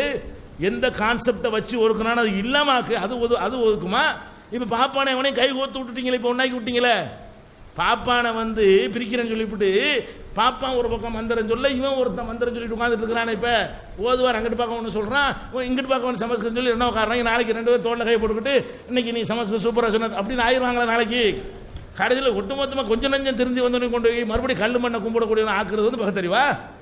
இது என்ன சிந்தனைங்கிறது? ஒரு அறிவாளிக்கு தோன்றக்கூடிய ஒரு சிந்தனையா? ஒரு சிந்திக்கக்கூடிய ஒரு மக்களை என்ன செய்யணும்? பகுத்தறிவாவே நம்மளை உங்களை கொண்டு போகணும், விடவே கூடாதுன்னு நினைத்தால் நெருங்காத கல்லு பக்கம் உன்னைய கொண்டு தலையில் கிரீடத்தை வச்சாலும் நீ ஏத்துக்கிறாத. கல்லு தான். இவனாத்தான் கற்பிச்சான் கடவுளை. அது மாதிரி சொன்னாரான்னு இதான் நாங்கள் கேட்குற விஷயங்கள். பகுத்தறிவு இல்லை. நீங்கள் சொல்லக்கூடிய சித்தாந்தங்கள் எதுலையுமே பகுத்தறிவு இல்லை. நினைவு நாள்னு கொண்டாடுறீங்க. அதுக்கெல்லாம் ஆதாரம் நான் படிக்கல, டைம் குறைவாக இருக்குனால அவ்வளோ ஆதாரம் வச்சிருக்கிறேன். எந்தெந்த பேப்பரில் என்னென்ன எழுதினார் என்பதற்கெல்லாம் ஆதாரம் கட்ட ஆதாரம் பிரிண்ட் அவுட்டாக கூட தந்துடுறேன். இன்னும் நேரங்கள் குறைவாக இருக்கனால வரிசையாக சொல்லிட்டு இருக்கிறேன். ஒரு நாளை நினைத்து கொண்டு நிறைவு நாளுங்கிறீங்க. நினைவு நாளுங்கிறது ஒரு உணர்ச்சி அடிப்படையில் உள்ளவர்கள் கொண்டாடினா ஒரு அர்த்தம் இருக்குது. ஏன்னா அவன் பகுத்தறிவு சிந்திக்க மாட்டேங்கிறான், ஏதோ உணர்வு அடிப்படையில் கொண்டாடுறான்னு ஒத்துட்டு போயிடலாம். பகுத்தறிவாதி என்ன பண்ணணும்? இதுலையும் சிந்தனை செலுத்தணும்ல. இப்போ வந்து 2000 ஒருத்தர் பிறக்கிறார், 2000 ஜனவரி 1 2000 ஒருத்தர் பிறந்தார்னு சொன்னா அதுதான் அவருடைய பிறந்த நாள். 2009 ஜனவரி 1 ஒரு பிறந்த நாள் ஆகுமா? அது போயிடுச்சு. பிறந்த நாள் திரும்பி வர உலகம் ரிவர்ஸா சுத்தினா தான் வரும். அவர் என்னைக்கு பிறந்தார் அந்த நாள் சயின்டிபிக்கா முடிஞ்சு போச்சு. அது இது பிறந்த நாள் கிடையாது. அது அப்ப நான் திங்கக்கிழமை பிறந்தா வாரம் பிறந்த நாள் கொண்டாடுவீங்களா? அப்ப ஒரு மனுஷன் திங்கக்கிழமை பிறந்தான், அடுத்த திங்கள் பிறந்த நாள், அடுத்த திங்கள் பிறந்த நாள், இது அர்த்தம். ஒரு மனுஷன் பிறந்தான்னு சொன்னா எப்ப பிறந்தான்னு அந்த செகண்டோட, அதான அறிவியல், அதான பகுத்தறிவு, அதான சிந்தனை. இப்ப நாங்க மதவாதிகள் சொல்றோம், நாங்க அந்த காரணத்தை சொல்லல. எங்க கடவுள் சொன்னார் நாங்க சொல்லிட்டு போயிருவோம். நாங்க இதுல வந்து கடவுளை நம்புறோம், ஆராய்ச்சி பார்த்து சிந்திச்சு பார்த்து கடவுளை ஏத்துக்கிட்டோம். கடவுள் ஒரு ஆர்டர் பண்ணும்போது ஆர்டருக்கு ஒபே பண்றோம் வந்து அதுக்கு பதில். அது நீங்க பெரிய பகுத்தறிவு என்கிட்ட கேள்வி கேட்க முடியாது. நீங்க செய்யறது என்ன? பகுத்தறிவுக்கு ஒத்து இருந்தா தான் ஏற்றுக்கொள்ளணும்னு ஆர்குமெண்ட் பண்ணக்கூடிய நீங்க இதை செய்வதில் என்ன? நினைவு நாள் எப்படி கொண்டாடுவீங்க? நான் பெரியார் நினைவு நாள் ரத்த தானம் கொடுத்தேன்னு சொல்றீங்க, நீங்களே சொல்றீங்க. பிறந்த நாள்லையோ நினைவு நாள்லையோ அது என்ன பிறந்த நாள்? அது நேத்தான் பிறந்தார். அவரு 2009 தான் பிறந்தாரான்னு கேட்கிறேன். அவர் எப்ப பிறந்தா? அது எப்படி ரிவர்ஸா வரும்? சயின்டிபிக்கா எப்படி வரும்? அப்ப பிறந்த வாரம் பிறந்த கிழமை இப்படிலாம் போயிட்டு இருந்தா இது என்ன பகுத்தறிவு? நாங்களும் கொண்டாடுறோம்னா நீங்க கேள்வி கேட்க முடியாது. நீங்க பகுத்தறிவு உள்ள காரணம் தான் கொண்டாடணும். இது என்ன நம்ம லூஸ் நம்பருக்கு வேணாம்ப்பா, பிறந்த நாள் வரவா போகுதுப்பா, அவர் பிறந்த நாள் ஓடி போச்சுப்பா, அதையாப்பா நினைவு அப்படின்னு சொல்லணுமா இல்லையா? அப்ப உலகத்தில் ஒவ்வொரு மைக்ரோ செகண்ட் கடந்த பிறகு திரும்பி வரப்போவதில்லை. அது நினைவு நாளும் இல்லை, அது பிறந்த நாளும் இல்லை, அது வரப்போவதும் இல்லை. அப்ப பிறந்த நாள் நினைவு நாள் என்று அவர் கொண்டாட இல்லையா? இன்னும் சொல்ல போனா பெரிய பயங்கரமா கேள்வி கேட்பீங்க ஆன்மீகவாதிகள்லாம், பணத்தை விரயம் பண்றாங்க அது பண்றாங்கன்னு சொல்லி. ஒவ்வொரு ஊர்லையும் இந்த செலவு விடுதலை பத்திரிகையில் வந்திருக்கிற லிஸ்ட்டை பார்த்தீங்கன்னா சிலை வைப்பதற்காக வேண்டி ஒருத்தனுக்கு கொடுக்குற பணத்தை பார்த்தோம்னா இவங்கெல்லாம் பகத்தறிவாதிகள் நினைக்கிறேன். அந்த அவர் வந்து 10,000 ரூபா கொடுத்தார், இவர் குடும்பத்தோட இவ்வளவு ரூபா கொடுத்தார், எதுக்கு பெரியாருக்கு ஒரு சிலை வைக்கிறதுக்காக வேண்டி. காசை கொண்டு போய் கொஞ்சம் பால் ஊத்தினா சிலைக்கின்றவன இது குழந்தைய கொடுக்கலாமான்னு பயங்கரமான தத்துவமா கேட்குறீங்களே, அது தப்பு தான், அது தப்பு தான். சிலையில கொண்டு போய் பாலை ஊத்துறது தப்பு தான். சிலையவே உண்டாக்குறது அதுக்கு மேலே தப்பு இல்லையா? சிலைக்கு ரொம்ப செலவா, சிலைக்கு கொஞ்சம் பால் ஊத்துறதுக்கு செலவு கூடவா? அப்போ ஒரு செலவைக்கிறதுக்காக வேண்டிய லட்சக்கணக்கான ரூபாய்களை வந்து கலெக்ட் பண்ணி ஒவ்வொரு பகுத்தறிவாதியும் கொடுக்குறாங்கன்னா அது பட்டியல் வர போடுறாங்க பேப்பர்ல. இதுக்கு பெரியாருக்கு வந்து கூடியது, பெரியாருக்கு சிலை வைத்து ஆக வேண்டும், அது நமக்கு முக்கியமான கடமைன்னு சொல்லிட்டு இவர் கொடுத்தாராம், இவர் கொண்டாட்டி கொடுத்தாராம், அக்கா கொடுத்தாராம், தங்கச்சி கொடுத்தாரான்னு ஒரு பயங்கரமான பட்டியலை போட்டா அது லட்சக்கணக்கில் ஓடுது. செலை வைக்கிறது பகுதிக்கு பகுதி நடக்கிறது, ஊருக்கு ஊர் நடக்கிறது. ஏன் இது என்ன அர்த்தமற்ற ஒரு காரியத்துக்கு இந்த மாதிரி செய்றீங்களே? அடுத்தவன்ட்ட காசை வீணாக்கலாமான்னு கேட்கக்கூடிய நீங்க இந்த காசை ஏன் ஒரு ஏழைக்கு கொடுக்க கூடாது? ஏன் ஒரு படிப்பகத்துக்கு கொடுக்க கூடாது?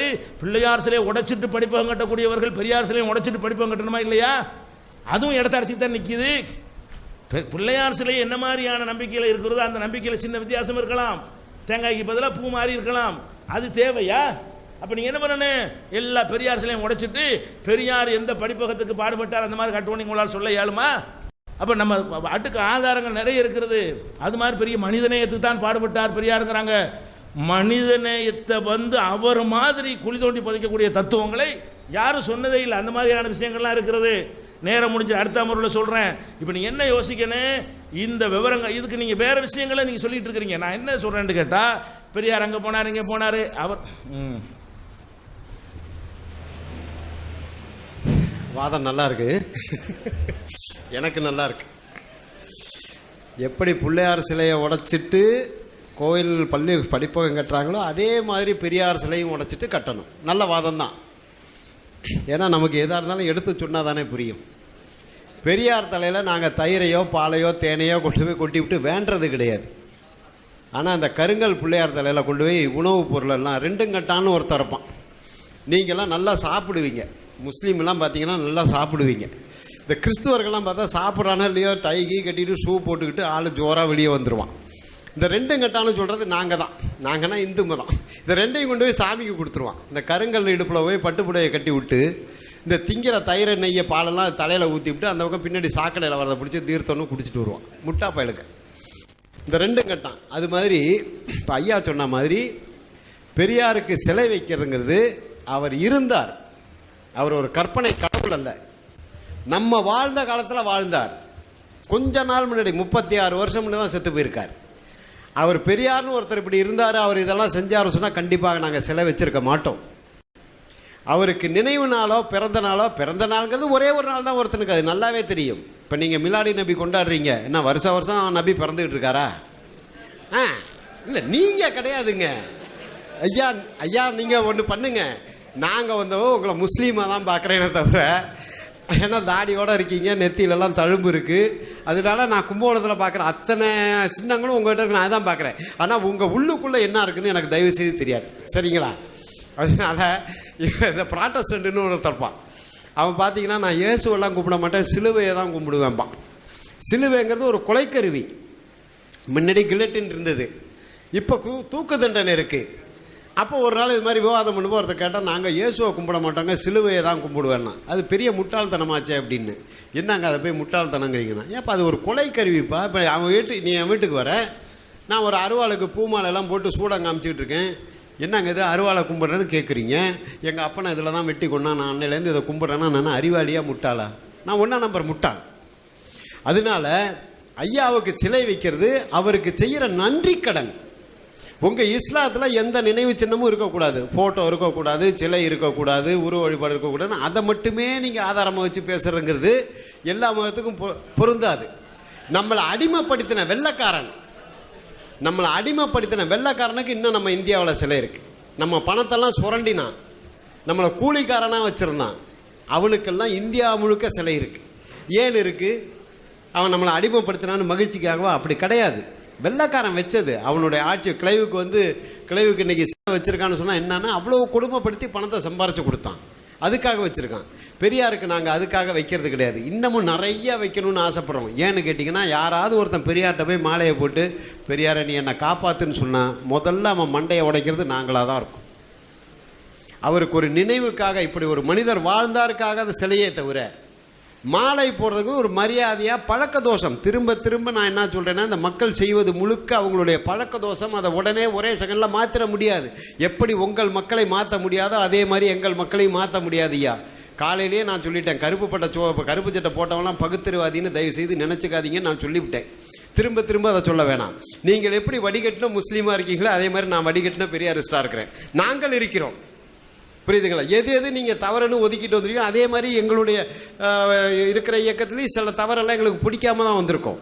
அப்ப யாராம் பெரியார்கிட்ட போய் அது பொருளை செலவு பண்றதில்ல, அந்த செலவு வைக்கிறதோட சரி, அவருடைய பிறந்த நாளுக்கும் அவர் நினைவு நாளுக்கும் ஒரு நன்றி செலுத்துற மாதிரி. ஏன்னா அவர் நமக்காக வாழ்ந்தாருக்காக தான், அவரை நாங்க கண்ணால பார்த்தோங்கிறதுக்காக தான். கண்ணால பார்த்ததை நாங்க நம்புவோம், அதுல ஒன்றும் சந்தேகத்துக்கு வேலையே கிடையாது. பார்க்காததுக்கு என்னாலமோ பண்ணிட்டு இருக்கீங்க, அதை பத்தி நான் கேட்கவே இல்லை, அது எனக்கு தேவையும் இல்லை.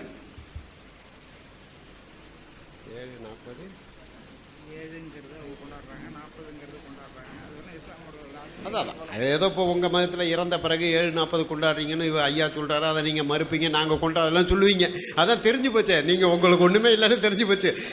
அது வேற சமாச்சாரம். அது மகிழ்ச்சி, அது ஒரு வகையில் நீங்கள் ரொம்ப மகிழ்ச்சி, அதெல்லாம் பாராட்ட வேண்டியதாங்க. உண்மை எங்கே இருந்தாலும் பாராட்டணும், அது வேற சமாச்சாரம். ஏன்னா காலையில் நேற்று ஒரு செய்தி சொன்னீங்க, நாங்கள் பத்திரிகை கூட அடிக்கிறதுல அந்த பத்திரிகை வாசுக்கு ஒரு ஆளுக்கு சாப்பாடு போடணும்னு சொன்னீங்க பாருங்க, அதுதாங்க பெரியார் சிந்தனை, அதுதாங்க மனித நேயம். அதை நான் மறுத்து சொன்னேன்னா நான் ஒரு முட்டாள், புரியுதுங்களா?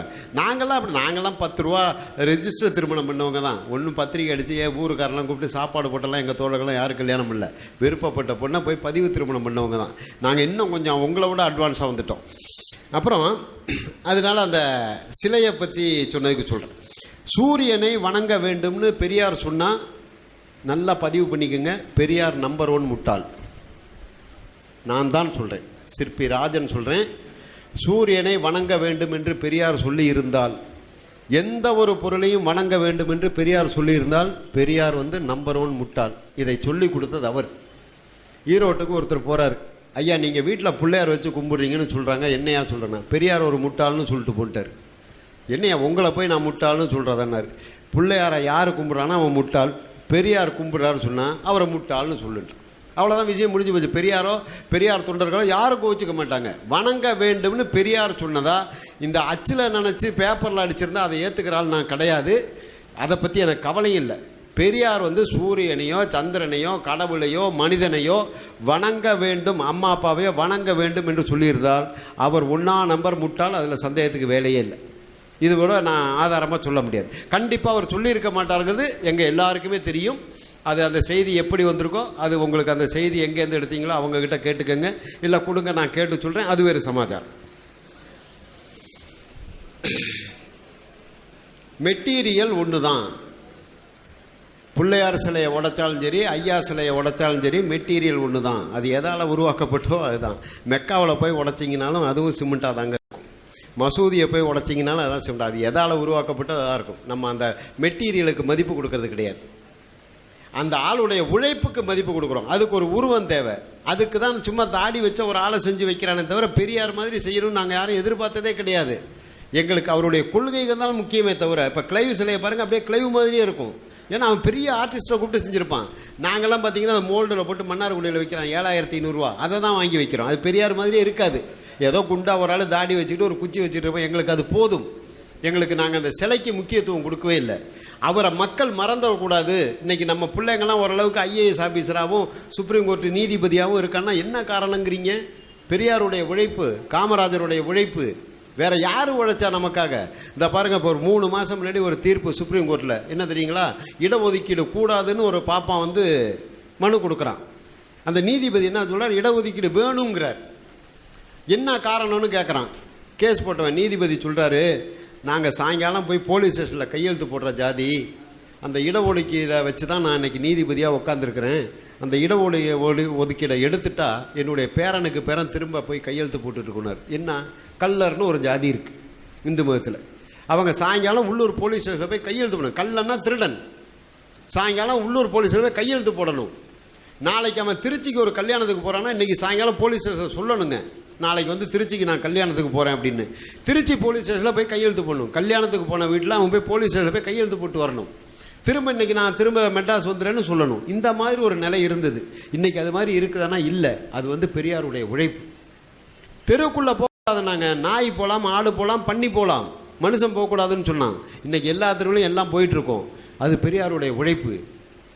செத்த மாடை தூக்கிட்டு போவான், மனுஷன் போகக்கூடாதுன்னா. கிணறு வெட்டுவான், தண்ணி குடிக்கக்கூடாது. ரோடு போடுவான், அந்த ரோட்டில் நடக்கக்கூடாது. அறுப்பறுத்து நெல்லை கொண்டு போய் அவன் வீட்டு பத்தாயத்தில் போடணும். ஆனால் சாதாரண நேரத்தில் அந்த தெருவில் நடக்கக்கூடாது. இதெல்லாம் இன்னைக்கு இருக்கானா? இல்லை. இது ஏன்? பெரியார் என்ன செஞ்சார், பெரியார் என்ன செஞ்சார், அவரை உள்ள மனிதநேயத்தை கொலை பண்ண ஆளே வேற ஆளே இல்லைன்னு இப்போ ஐயா சொன்னாங்க. இதெல்லாம் இன்னைக்கு இல்லாமல் போனதுக்கு யாருங்க காரணம்? நான் இயேசு காரணமா, அல்லாஹ் காரணமா, ராமனும் கிருஷ்ணனும் பகவானும் காரணமா? அந்த நபர் தானங்க அவருடைய கை காசை செலவு பண்ணி 95 வயசு வரைக்கும் மூத்திர சட்டியை தன் கையில் தூக்கிக்கிட்டு இந்த மக்களுக்காக வாழ்ந்தார். அந்த உழைப்பில்லையா அன்னைக்கு நாங்கள்லாம் எங்கள் கிராமத்தில் எல்லா தெருவிலையும் போயிட்டு வர்றது? நீங்கள் வேறு மதத்துக்கு போயிட்டீங்க, அதனால உங்களுக்கு அந்த கொடுமை கிடையாது. நான் உங்கள் மதத்துக்கோ இன்னொரு மதத்துக்கோ போயிட்டால் இதை நான் மேடையில் பேச முடியாது. அந்த சனியம் பிடிச்ச மதத்தில் உட்காந்து தான் அந்த சனியனை நான் திட்ட முடியும். நான் வேறு மதத்துக்கு போயிட்டால் நீ யார் எங்கள் மதத்தை திட்ட? அம்பேத்கர் வந்து சொல்ல முடியாது, இந்து மதத்தை குறை சொல்ல முடியாது. புத்த மதத்துக்கு போயிட்டார்.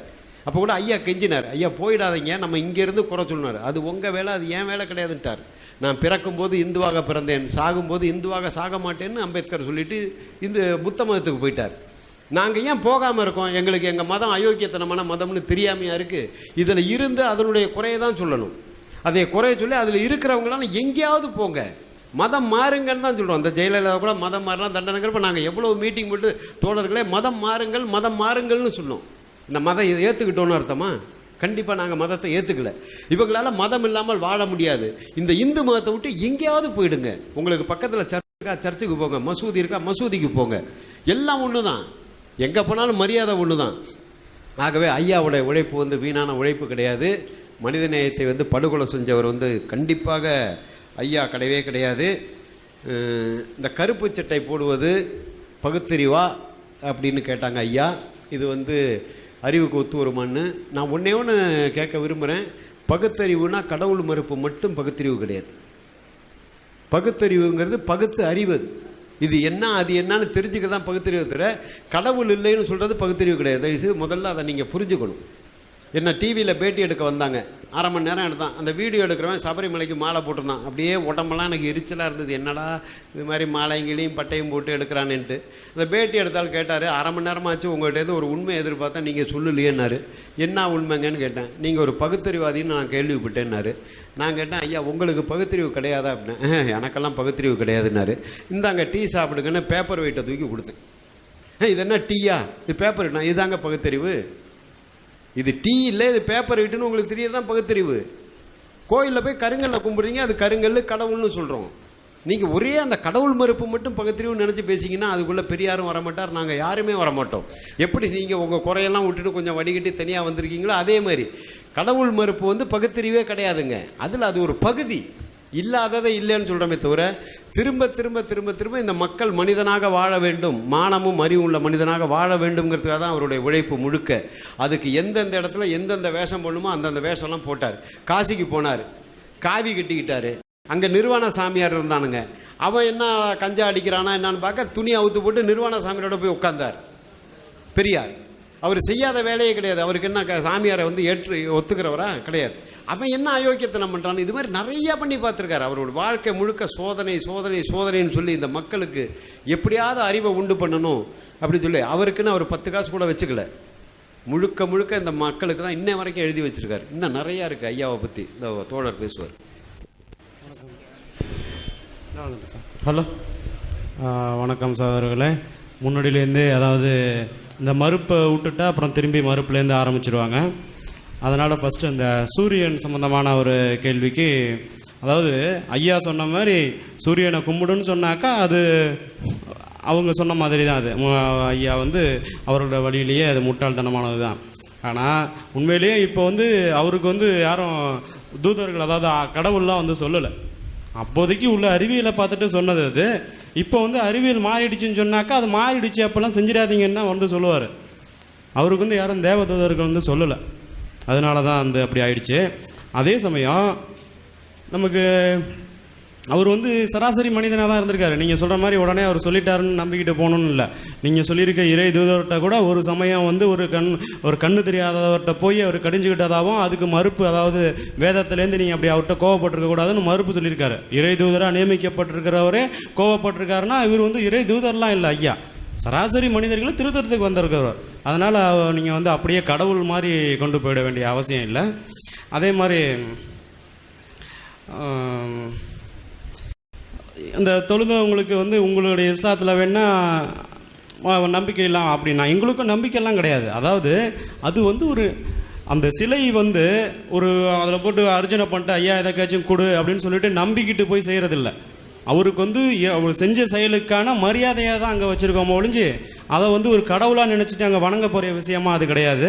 அதே மாதிரி நினைவு நாளுங்கிறது என்னன்னாக்கா அந்த நினைவு நாளில் என்ன பண்ணணும்னா ஐயா பெரியார் வழியை நடப்பதாக ஒரு உறுதிமொழி ஏற்பதுக்காக ஒரு நாள் எடுத்துக்கிட்டு அதில் தான் சொல்கிறோம். நீங்கள் அந்த நினைவு நாள் கூட கூடாதுன்னு சொன்னீங்கன்னா இப்போ ஒரு துக்கமான சம்பவம் என்னென்னா அந்த ராமர் கோவில், அதாவது மத விதிகளாக ராமர் கோவில் அந்த இடிச்சதுங்கிறது, அதாவது மசூதி இடிச்சதை அங்கங்கே மறக்க முடியுமா? 6 டிசம்பர் 6 ஏன் அது இடிச்சிட்டாங்க விட்டுடலாம்ல? டிசம்பர் 6 மறக்க முடியுமான்னு ஏன் அப்புறம் செவுத்தில் போய் அடித்து விட்டணும்? மறக்க மாட்டீங்கல்ல? அதே மாதிரி தான் நினைவு நாளுங்கிறது ஒன்று வச்சுட்டோன்னா அதில் வந்து ஒரு நல்ல உறுதிமொழி ஏற்படுறதுக்காக ஒரு நினைவு நாள் அது. அப்படி தான் நீங்கள் அறிவியல் ரீதியாக தான் அதையும் அடுத்துட்டு போகணும்.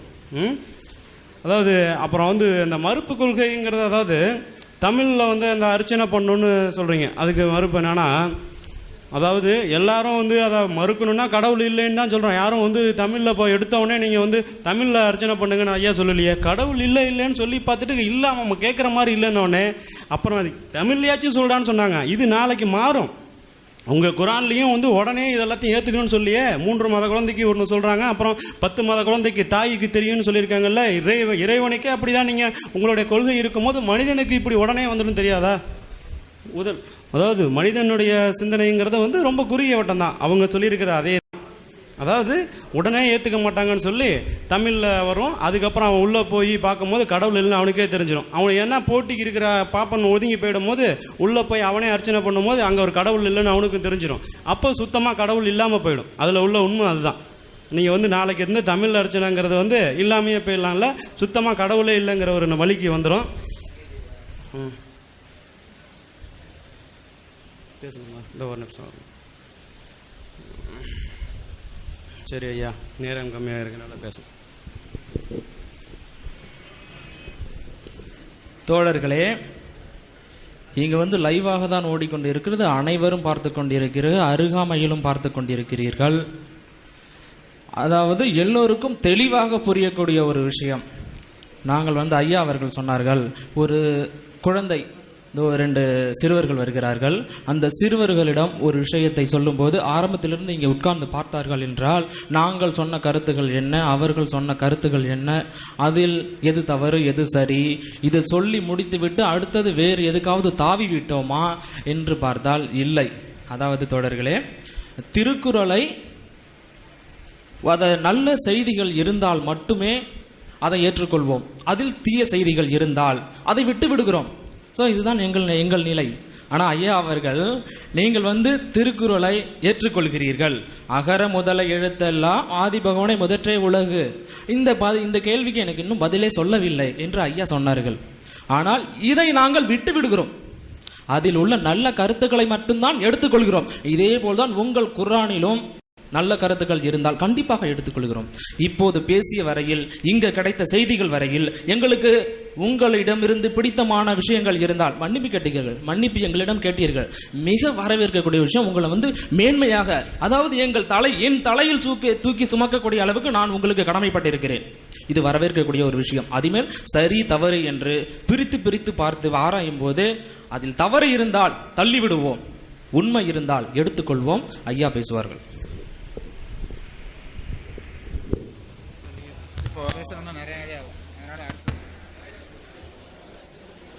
இப்போ அந்த உண்மையில் வந்ததுக்கு ஒரு மறுப்பு சொன்னாங்க. நான் சொன்னேன், துணிச்சலா சூரியனை வணங்குகள் என்று பெரியார் சொல்லியிருந்தால் பெரியார் நம்பர் 1 முட்டாள். ஆனால் கண்டிப்பாக அவர் சொல்லியிருக்க மாட்டார் அப்படின்னு சொன்னேன். இந்த இப்போ எழுதி கொடுத்துட்டேன். அகர முதல எழுத்தெல்லாம் ஆதி பகவன் முதற்றே உலகு. பகவன் என்றால் முதன்மையானவன் பொருள், கடவுள்னு பொருள் கிடையாது. பகவான்னு சொன்னாதான் கடவுள். அதை ஒரு வானா போடணும். அது ஆரியன் கொண்டு வந்தது. தமிழில் பகவன் என்று சொன்னால் முதன்மையானது. உலகத்தில் முதன்மையானது சூரியன் அப்படின்னார். அதை வணங்க கண்டிப்பாக பெரியார் சொல்லியிருக்க மாட்டார். அது வேற சமாஜம். வணங்க வேண்டும்னு அதெல்லாம் சொல்லியிருக்க மாட்டார். அது எழுதியிருக்கு. கண்டிப்பாக இருக்காது. எத்தனை லட்ச ரூபா நீங்கள் பந்தயம் கட்ட சொன்னாலும் நான் கட்ட தயார். நீங்கள் யாராவது தயாராக சொல்லுங்கள். சூரியனை வணங்க வேண்டும் என்று எந்த ஒரு பொருளையும் வணங்க வேண்டும் என்று பெரியார் சொல்லியிருக்க மாட்டார். கண்டிப்பாக அதில் ஒன்றும் சந்தேகத்துக்கு வேலையே கிடையாது. கருத்து முழுக்க முழுக்க தவறானது. அது தவறு யாருக்கிட்ட வேணாலும் இருக்கலாம். அச்சுப்பிழையாக இருக்கலாம், இதை ஐடியா கொடுத்தவங்களாக இருக்கலாம், அதை திருப்பி போட்டவர்களாக இருக்கலாம். பெரியாருடைய கருத்து அதுவாக இருக்க முடியாது.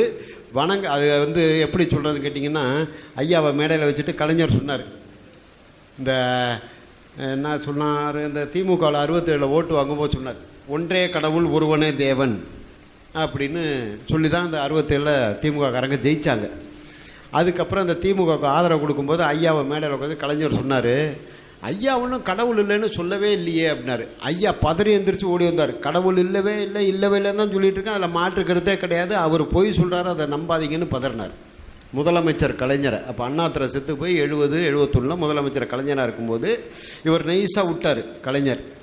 ஐயா ஒன்றும் கடவுள் இல்லைன்னு மறுக்கவே இல்லைன்னாரு. பதறி அடிச்சுட்டு ஓடி வந்தார். ஏன்னா அவருடைய உழைப்பு வீணாக போயிடும். 50-56 வருஷத்து உழைப்பு வீணாக போயிடும்ட்டு கடவுள் இல்லை கடவுள் இல்லவே இல்லைன்னு தான் சொன்னால் அதில் மாற்றுக்கிறதே கிடையாது அப்படின்னார். அந்த மாதிரி சொன்ன பெரியார் வந்து எதையும் வணங்க சொல்ல வேணாம் அவசியம் கிடையாது. அதனால அவருக்கு எந்த ஒரு எதிர்பார்ப்பும் இருக்காது. ஏன்னா எவ்வளவோ இறங்கி வந்தார் இந்த பெண்ணடிமைத்தனத்தை ஒழிக்கிறதுக்கும் மனித நேயத்துக்காகவும். ஆனால் அவர் எதையுமே வணங்க சொல்லவே இல்லை. அனைத்து சாதியினரும் அனைத்து சமூகத்தினரும் கருவறைக்குள் போகணும்னு சொன்னார் தவிர அனைத்து சாதியினரும் அர்ச்சராகணும்னு அவர் சொல்லலை. அது இப்போ இருக்கிற அரசியல்வாதிகள் போட்டு திரிக்கிறாங்க. அன்பிற்குரிய சகோதரர்களே, கேட்ட பல கேள்விகளில் சிலதுக்கு விளக்கம் சொல்லியிருக்கிறாங்க. அந்த விளக்கமும் ஏற்கத்தக்கதாக இல்லை. நம்ம என்ன கேட்குறோம், ஒரு விளக்கம் சொல்கிறாங்க. இந்த பெரியார் சிலையை வைக்கிறீங்களே நியாயமானு கேட்டால் 2 சிலைக்கும் உள்ள வித்தியாசத்தை சொல்கிறாங்க. அதை கும்பிடுறோம், இதை கும்பிடலையே, இது வித்தியாசம். உண்மை வித்தியாசம். கும்பிடலைங்கிற வகையில் வித்தியாசம் இருந்தாலும் கல்லுக்கு மரியாதை செய்தலுங்கிற மூடத்தனம் இருக்கா இல்லையாங்கிறது தான் இப்போ கேள்வி. அவன் 2 மூடத்தனம், உங்கள்கிட்ட ஒரு மூடத்தனம். இது மூடத்தனம் இல்லைன்னு வந்துடாது. அதான டாப்பிக்கே. அவன் கும்பிடுறவன் 2 மூடத்தனம் செய்கிறான். கும்பிடாம ஒரு கல்லை வேணா செஞ்சு விட்டு அதான் பெரியார் அது கூட மாலை போட்டான்னா ஒரு மூடத்தனம் செய்கிறான்னு சொல்லணுமே தவிர அவனை மாதிரி நான் 2 தடவை ஜெயிலுக்கு போனேன்னா ஒரு தடவை ஜெயிலுக்கு போயிருக்கேன்ல, அது மாதிரி தான் உள்ளது. அப்போ எத்தனை 2 மூடத்தனம் இருக்கிற ஒரு இடத்துல நான் கேட்டது என்னன்னு கேட்டால், இதில் நீங்கள் கும்பிட்றீங்கன்னு நான் சொல்லவே இல்லை. பெரியாரை கும்பிட்றீங்கன்னு நான் சொல்லவா செஞ்சேன்? அது எப்படி பெரியார் ஆவார், அது எப்படி மரியாதை செய்கிறீங்கன்னு தான் கேட்டேன். அதனால் இப்படி வித்தியாசப்படுத்துவது வந்து ஒரு ஏற்கத்தக்கது இல்லை. இன்னொன்று இருக்கு. எந்த ஊருங்க அது?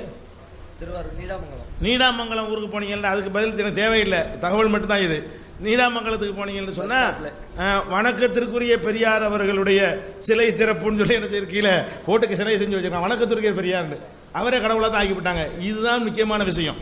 அப்ப இதை வேணா நீ தப்புன்னு சொல்லுவீங்க, அதெல்லாம் பிரச்சனை. இப்படித்தான் ஆகுங்கிற நாங்க என்ன செய்யறோம், ஒரு ஆளை மதிக்கிறா இருந்தா ஒரு படத்தையோ சிலையை வச்சுதான் மதிக்கணுங்கிறீங்க. நீங்கள் பெரியாரை மதிக்கிறதை விட நாங்கள் நபிகள் நாயகத்தை மதிக்கிற நீங்க ஒத்துக்குருவீங்க. அவருக்கு சிலை இல்லை, அவருக்கு படம் இல்லை. ஒரு மனிதனுடைய சிந்தனைகளை சரியாக உள்வாங்கிக் கொண்டால் உருவப்படம் தேவையில்லை, சிலை தேவையில்லை. சிலையை மதிச்சுதான் இப்ப நபிகள் நாயகத்துக்கு நாங்கள் சிலை வச்சிருக்கிறோமா? அவரை எந்த அளவுக்கு நாங்கள் நேசிக்கிறோம். அப்ப சிலையாலே அவர் நிற்கிறாரு, உருவத்தாலே நிற்கிறாரு, கொள்கையால் நிற்கிறார். அப்ப கொள்கையால் அவரை நிறுத்தக்கூடியவர்களுக்கு எது சிலை? அப்ப இதெல்லாம் ஒரு சமாதானம், இதெல்லாம் ஒரு ஆர்குமெண்ட்னு என்ன செய்ய முடியாது, சொல்லவே முடியாது. அப்ப இந்த மாதிரி ஒரு பதில சொல்றாங்க. அப்புறம் வந்து பெரியார் சொல்லியே இருக்க மாட்டாருன்னு சொல்றாங்க. எடுத்து காட்டிட்டோம். இது அவங்களுடைய இணையதளத்திலிருந்து நம்ம எடுத்தது, அவங்களுடைய அதிகாரப்பூர்வமான பகுத்தறிவு பேசக்கூடிய இணையதளத்திலிருந்து எடுத்தது.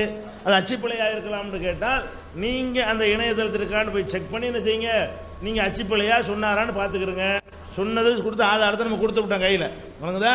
அவர் அந்த மாதிரி தான் சொல்லியிருக்க ஆதரிக்கிற காலத்தில் சொல்லியிருக்கிறாரு. விடுதலை பத்திரிகைன்னு தான் போட்டிருக்கிறோம்.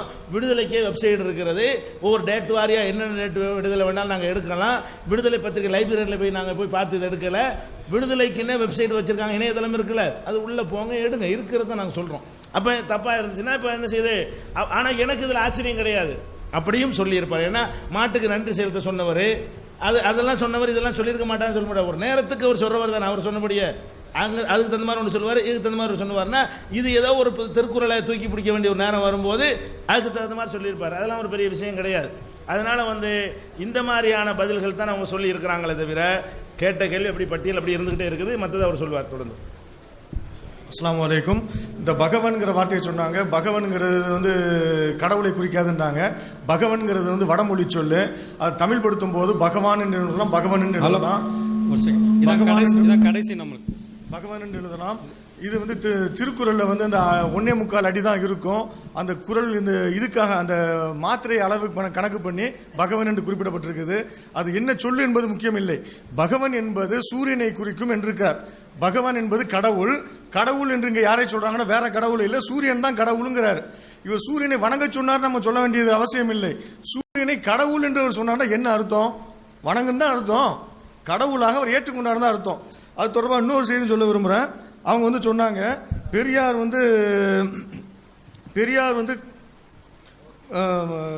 சூரியனை கும்பிட சொன்னால் அவர் தான் 1ஆம் நம்பர் முட்டாள். நல்லா கேட்டுக்கிறீங்க, பெரியார் சூரியனை கும்பிட சொன்னால் அவர் தான் 1ஆம் நம்பர் முட்டாள் அப்படின்னு சொன்னார். சொன்ன உடனே நம்ம உண்மையிலே பகுத்தறிவாதி தான் அப்படின்னு நினைச்சோம். அப்புறம் பார்த்தா உண்மையிலே பகுத்தறிவாதி இல்லைன்னு அடுத்தடுத்து போட்டார். என்ன போட்டாரு? பகுத்தறிவாதுன்னா என்ன தெரியுமா? அவர் உதாரணம் கொடுத்தார். அந்த உதாரணத்தை வச்சுக்கிட்டே நீங்க பார்த்து புரிஞ்சுக்கிறீங்க. ஒருத்தர் பெரியார்ட்ட போய் கேட்டாராம், நீ பகுத்தறிவாதி இல்லைன்னு ஒருத்தர் சொன்னாராம். உடனே பேப்பர் வெயிட்டை கொடுத்து இந்த டீ குடி அப்படின்றாராம். இது பேப்பர் வெயிட் ஆச்சுன்ன உடனே இதுதான் பகுத்தறிவுண்டாராம். அதே மாதிரி இதை சொல்றாரு. அப்ப நீனா சொந்தமா யோசனை பண்ணுங்கிறது பெரியார் சொன்ன வந்தது. ஆனா இங்க என்ன சொன்னாரு பெரியார் அப்படி சொல்லிருந்தாருன்னா அவர் 1ஆம் நம்பர் முட்டாள்னு சொன்னாரு. அப்படி அவர் சொல்லி இருந்தாருன்னா அது புத்திசாலித்தனம். ஆனா அடுத்து என்ன சொன்னாரு? இதை பெரியார் தான் எங்களுக்கு சொல்லி கொடுத்தாரு, அதனாலதான் நாங்க அதை நம்புறோம் அப்படின்றாரு. அவரே சொந்தமாக யோசித்து இதை சொல்லியிருந்தாருன்னா பகுத்தறிவு என்னலாம். அந்த பகுத்தறிவு கூட நான் செய்ய மாட்டேன், பெரியார் என்ன சொல்றாரோ அதை தான் செய்வேன் பாரு. அப்புறம் ஹிந்துவாக இருந்து கொண்டே அதை திருத்துறது தான் நல்ல முறை அப்படின்றாரு. சாக்கடைன்னு உங்களுக்கு தெரிஞ்ச பிறகு ஏன் உள்ள உட்காந்துக்கிட்டு இருக்கிறீங்க? வெளியே வந்துருங்க, சாக்கடையாக இல்லாத இஸ்லாத்துக்கு வந்துருங்க, நாங்கள் உங்களை அழைக்கிறோம். இதன் மூலம் அந்த அவையின் மூலமாக சாக்கடையில் இருக்காதீர்கள், சாக்கடைக்குள் இருந்து கொண்டு சாக்கடைக்குள் இருக்கக்கூடிய மற்றவங்களிடம் தண்ணியை ஊற்றி குளிப்பாட்டி நாங்கள் சுத்தமாக்க போறோம்னா முடியாது. நீங்கள் சாக்கடையில் இருக்காதீர்கள், நீங்க வெளியே வந்துருங்க, நீங்க இஸ்லாத்தை நோக்கி வாருங்கள். நீங்கள் இஸ்லாத்தை பறித்து இருக்கிறீங்க. இஸ்லாம் பகுத்தறிவு மார்க்கம், இஸ்லாம் மூட நம்பிக்கைகள் ஒழிக்கக்கூடிய மார்க்கம். நீங்கள் கடவுள் என்று என்ன பெயரை சொல்லி மக்களை ஏமாற்றுகிறார்கள் சொல்கிறீர்களோ அதெல்லாம் இஸ்லாத்தில் இல்ல. நீங்கள் எதை எதிர்பார்க்கிறீர்களோ மனிதநேயம், சமத்துவம் எல்லாம் இங்க இருக்குது, இங்க வாங்கன்னு உங்களை அழைக்கிறோம். அதே மாதிரி டிசம்பர் 6 நினைவு நாள்ன்றாங்க. டிசம்பர் 6 நினைவு நாள் இல்ல, அது கோரிக்கை தினம். நினைவு நாள் என்பது வேறு, கோரிக்கை தினம் என்பது வேறு. அதே மாதிரி பெரியார் சிலையிடம் போய் நாங்கள் எதையும் கேட்பதில்லை, மக்களுடைய பழக்க தோஷத்தால் அப்படி செய்யறாங்க, அவங்களை திருத்துறது கஷ்டம்ன்றாங்க. நாங்க மக்களை திருத்த வேணாம், திருத்துறது கஷ்டம்னு சொன்னா அதை நாங்க ஒத்துக்கிறோம். உங்களை மக்களை திருத்ததை பத்தி நாங்க உங்களை கேட்கல, உங்களுடைய தலைவர்கள் செய்துகிட்டு இருக்கிறாங்களே அதை தான் நாங்க கேட்கிறோம். உங்களுடைய தலைவர்களே போய் மாலை அணிவிக்கிறாங்களே, மாலை அனுமதிக்கிறாங்களே அதை நாங்க கேட்கிறோம். ரெண்டாவது பெரியார் இப்பதானே ஆரம்பிச்சிருக்குது. ரெண்டாவது பெரியார் சிலையிடம் நாங்கள் கேட்கறது இல்லை அப்படின்னாங்க. சரி, நீங்க கேட்கறது இல்ல, போய் மாலையை போட்டுட்டு என்ன செய்றீங்க? அமைதியா நிக்கிறீங்களே, என்ன செய்றீங்க? என்ன செஞ்சுக்கிட்டு இருக்கிறீங்க? நாங்க எங்களுக்கு மக்கள் ஓட்டு போட்டு எங்களை தேர்ந்தெடுத்ததற்கு எங்களுக்கு நன்றின்னு சொல்றீங்களா, இல்ல நாங்க நல்லபடியா ஆட்சி நடத்துவதற்கு எங்களுக்கு உதவி செய்யுங்கிறீங்களா? என்ன சொல்ல வர்றீங்க? உன் பேரை சொல்லி நாங்க மக்களை ஏமாத்திட்டோம்னு சொல்லிட்டு அவரை பார்த்து சிரிக்கிறீங்களா மனசுக்குள்ள? எதுக்காக அங்க நிக்கிறீங்க? அஞ்சலி செலுத்துவதுன்னு நிக்கிறீங்களே, அது என்ன செய்றீங்க? அந்த நேரத்தில் கேட்பதில்லைன்னா கையை அப்படி தூக்கி கேட்கணும், அப்படி கும்பிட்டு கேட்கணும், வாயை திறந்து சொல்லணும் இல்ல, மௌனமாக நிற்பதன் அடையாளம் என்ன? அது என்ன செய்யுது அந்த நேரத்தில்? அப்புறம் இந்த அர்ச்சகர் தமிழ் அர்ச்சகர் இந்த கருவறைக்குள் நுழையதை பற்றி சொல்லும் போது, தமிழர்கள் அதாவது சிலை வணக்கம் கூடாது, சாமியை ஒழிக்கணும்னு சொல்லியாச்சு. அப்புறம் என்ன தமிழர்களுக்கு மட்டும் அந்த உரிமை வேணும்? வடநாட்டிலிருந்து, அதாவது வடநாட்டை எதிர்க்கிறார்கள், ஆரியர்கள் ஆதிக்கம் இருக்கக்கூடாது என்பதற்காக சமஸ்கிருதத்தில் மந்திரம் சொல்றோம். சமஸ்கிருதத்தில் மந்திரம் சொல்லக்கூடாது, தமிழ்லையும் மந்திரம் சொல்ல வேண்டும். கருவறையில் ஆரியர்கள் மட்டும் உள்ளே போகிறார்கள், தமிழர்களுக்கும் அந்த உரிமை வேண்டும் சொன்னா இது என்ன பகுத்தறிவாதம்? அதுக்கு ஒரு நல்ல இன்னொரு உதாரணம் கூட வளமையில சொல்லுவோம். என்ன உதாரணம் சொன்னா, வடநாட்டில இருந்து ஆளை கூட்டிட்டு வந்து பங்களால வச்சு தொழில் பண்றான்னு கேட்டா அதை தொழில் பண்ண கூடாதுன்னு சொல்றதா, என்ன வடநாட்டில இருந்து ஆளை கூட்டிட்டு வந்திருக்கிற தமிழ்நாட்டுக்காரங்களை வச்சு தொழில் பண்ணுப்பா அப்படியா சொல்லுவீங்க? இதுதான் லாஜிக்கா? இது லாஜிக் இல்ல. இந்த மாதிரி உதாரணங்களை ஏன் சொல்றேன்னா, அவங்களோட பேச்சை நீங்க 2 நாளா கவனிச்சிருப்பீங்க. இந்த பகுத்தறிவு இயக்கம்னு சொல்லக்கூடியவர்கள் எல்லாம் இந்த மாதிரி நிறைய உதாரணங்களை தான் பேசுவாங்க. இது மாதிரியான நிறைய உதாரணங்கள்லாம் சொல்றேன். அது சம்பந்தமா இன்னும் நிறைய உதாரணங்கள் சொல்றேன். அதே மாதிரி உருந்தா திருமணம், மணியம்மையை திருமணம் செய்ததை பற்றி சொன்னாங்க. பெண்களுக்கு உரிமை வேணும்னு சொல்றாங்க. அதே நேரத்தில் பெண் அடிமை கூடாது, பெண்களை வந்து ஒரு போக பொருளாக கருதுவது, அவர்களை வந்து சமைக்கிறதுக்காக பிறந்தவங்க, ஆண்களுக்கு ஊழியம் செய்வதற்காக பிறந்தவர்கள் சொல்வதெல்லாம் தவறுண்டாங்க. சொல்லிட்டு மணியம்மையை திருமணத்தை பற்றி அவங்களே அதை எடுத்தாங்க. நம்ம அந்த பிரச்சனை எடுக்கிறதுக்கு முன்னாலேயே அவங்களே முந்திக்கிட்டு எடுத்தாங்க. எங்க எப்படி செஞ்சாங்கன்னு சொன்னா, மணியம்மையை திருமணம் செய்யறதுக்கு அந்த அம்மா சொன்னாங்களாம், நான் என்னம்மா நான் பாட்டுக்கு அவருக்கு உதவி செஞ்சுக்கிட்டு, அவருக்கு பணிவிடை செஞ்சுக்கிட்டு, சமைச்சு போட்டுக்கிட்டு, அவருக்கு உதவி கைகால பிடிச்சி விட்டுக்கிட்டு இருக்கிறேன் அப்படின்னு சொல்லிட்டு அம்மா சொன்னாங்களாம். அப்ப அவர் அந்த அம்மாவை இத்தனை வருஷமா திருமணம் முடிப்பதற்கு முன்பு வரை ஒரு அடிமைத்தனமாக நடத்திருக்காரு. பெண்ணுக்கு உரிமை வேணும், பெண்ணுக்கு சமத்துவம் வேண்டும் சொன்னவர் தன்னுடைய வீட்டிலே பெண்ணை அடிமையாக நடத்திக்கிட்டு இருந்திருக்காருன்னா இது என்ன பகுத்தறிவு? சொல்லுக்கும் செயலுக்கும் முரண்பாடாக இருக்குது. அதே மாதிரி இன்னொன்று சொல்றாரு, பெண் அடிமையை பற்றி சொல்லும் போது என்ன சொல்றாரு, பெண்களுக்கு உரிமை விடுதலை வேணும். விடுதலைக்கு என்ன காரணம் சொல்றாரு, பரிகாரம் சொல்றாருன்னா, பெண்கள் ஏன் அடிமையாக இருக்கிறான்னு பத்தி அவர் ஆய்வு செய்யறாரு. ஆய்வு செய்து சொல்றாரு, பொம்பளைங்க வந்து குழந்தை பெற வேண்டியிருக்குது. இந்த குழந்தை பெறதுக்கு ஆண் வந்து தனியா வாழ்ந்துட்டு போயிருமா, அவனுக்கு எந்த பிரச்சனையும் இல்ல. பெண்களுக்கு வந்து இந்த குழந்தை பெறதுன்னு ஒரு பிரச்சனை இருக்குது. குழந்தை பெறது தன்னால பெற முடியாது, அதுக்கு ஒரு ஆம்பளை துணை தேவைப்படுது. அதனால இதை வச்சுக்கிட்டே ஆம்பளைங்க வந்து பொம்பளைங்களை வந்து அடிமைப்படுத்திக்கிட்டு இருக்கிறான் அப்படின்னு சொல்லிட்டு சொல்றாரு. அதனால பொம்பளைங்க புள்ளையே பெறாதீங்க அப்படின்னு ஒரு தீர்வு. இன்னொரு தீர்வு அவங்களே சொன்னாங்க, கற்பை பையை வெட்டி போடு. கற்பை பையெல்லாம் வெட்டி போட்டா ஆண் வந்து ஒன்று அடிமைப்படுத்த முடியாது. இதுவா தீர்வு? அவங்க நேற்று காலையில சொல்லும் போது சொன்னாங்க, கொலை செய்தவனுக்கு மரண தண்டனை சொல்லும் போது, கொலை செய்தவனை தூக்கில் போட்டால் மரண தண்டனை விதித்தால் அவனுக்கா தண்டனை? அவன் குடும்பத்தில் உள்ளவங்களை சாப்பாடு இல்லாம இருப்பாங்க, அவங்கள தண்டிக்கிற மாதிரி ஆயிருதுல. தப்பு செய்தவன் எல்லாம் நீங்க தண்டிக்கணும்னு கேட்டாங்கல்ல. இப்ப இங்க ஆண் வந்து பெண்ணை வந்து அடிமைப்படுத்துறான். அடிமைப்படுத்துறதுக்கு அடிமைப்படுத்துறவன் ஆண், தண்டிக்கப்பட வேண்டியவன் ஆனா பெண்ணுடைய கர்ப்பப்பையை வெட்டி போடணுமா? இது பகுத்தறிவா? அப்ப நீங்க என்ன தீர்வு சொல்லணும்? அடிமைப்படுத்துறவன் ஆணு, அவன் தான் புள்ளைய போடுறான், அதனால அதை வெட்டி போடுறான் அப்படின்னு சொன்னீங்கன்னா பகுத்தறிவு. இது வந்து தீர்வு. இதை விட்டுட்டு தப்பு செய்யறவன் இவன் அடிமைப்படுத்துறான், அதனால இவனை வெட்டி போடு. என்ன இதுவா பகுத்தறிவு? இது வந்து பகுத்தறிவே கிடையாதுங்க.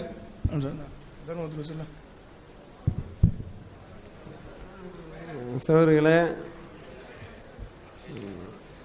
அதை போன்று இன்னும் சில முக்கியமான குறிப்பிடத்தக்க விஷயங்கள் எல்லாம் நிறைய இருக்கின்றன. நேரம் தான் பற்றாமல் இருக்கின்றது.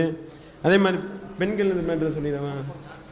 அதே மாதிரி ஒரு பெண் குழந்தை பிறக்குமையானால் அதை பற்றி அவர் என்ன சொல்றாருன்னா, பெண்ணன் இருக்கிறதுனால தானே பெண்ணடிமைத்தனம் வளருது.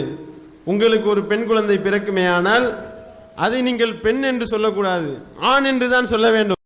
எவ்வளவு பயங்கரமான பகுத்தறிவாதம் பார்த்தீங்களா? அந்த பெண் குழந்தையை நீ ஆண் தான், அந்த பெண் குழந்தைக்கு உங்களுடைய ஆணுடைய உடையை தான் அணிவிக்க வேண்டும், ஆணை போன்றுதான் நீங்கள் வளர்க்க வேண்டும், ஆணுடைய பெயர் தான் வைக்க வேண்டும் அப்படின்னு சொல்றாரு. இந்த மாதிரி தான் வந்து அவர்கள் பகுத்தறிவு சிந்தனையில் உள்ள அனைவரும் ஆணுடைய பெயரை வைத்து ஆணுடைய ட்ரெஸ்ஸை போட்டு தான் வளர்க்குறாங்களா என்று அந்த பகுத்தறிவாதிகளிடம் நாம் கேட்க விரும்புகின்றோம். அப்ப என்ன செய்வாங்க, பெண்ணை ஆணாக வளர்த்து இன்னொரு பெண்ணுக்கு கல்யாணம் பண்ணி கொடுப்பீங்களா என்ற ஒரு கேள்வியையும் கேட்கின்றோம். அதோடு மட்டுமல்லாமல் அந்த மனித நேயத்தை ஒழிக்கக்கூடிய வகையில் அவர் அந்த செயல்களில் ஈடுபட சில சித்தாந்தங்களை சொன்னார்னு சொல்லி ஆரம்பத்தில் பிஜே அவர்கள் சுட்டிக்காட்டினார்கள். அது என்னன்னா, விடுதலை என்ற பத்திரிகையில் குடியரசு இதழில் 1945 25 மாதம் அவர் மிகப்பெரிய ஒரு கட்டுரை எழுதுகின்றார். எப்படி? அதாவது தர்மம் என்பது ஏழைகளுக்கு பிச்சையிடுதல் முதல் மற்றவர்களுக்கு பல உதவிகள் செய்வது என்பது வரை அநேக விஷயங்கள் தர்மத்தின் கீழ் சொல்லப்பட்டிருக்கின்றன. இந்த மாதிரி தர்மத்தை பற்றி எல்லா மதங்களுமே முறையிடுகின்றன. இப்படி மதங்கள் ஏழைகளுக்கு தர்மத்தை கொடுக்க சொல்வது என்பது அந்த பணக்காரர்களுடைய திமிர உருவாக்குறதாக இருக்கின்றது. பணக்காரன்ற ஒரு கெத்து வந்துருமா, இந்த ஏழையை ஏழைக்கு தர்மம் கொடுக்கிறதுன்றது இப்படி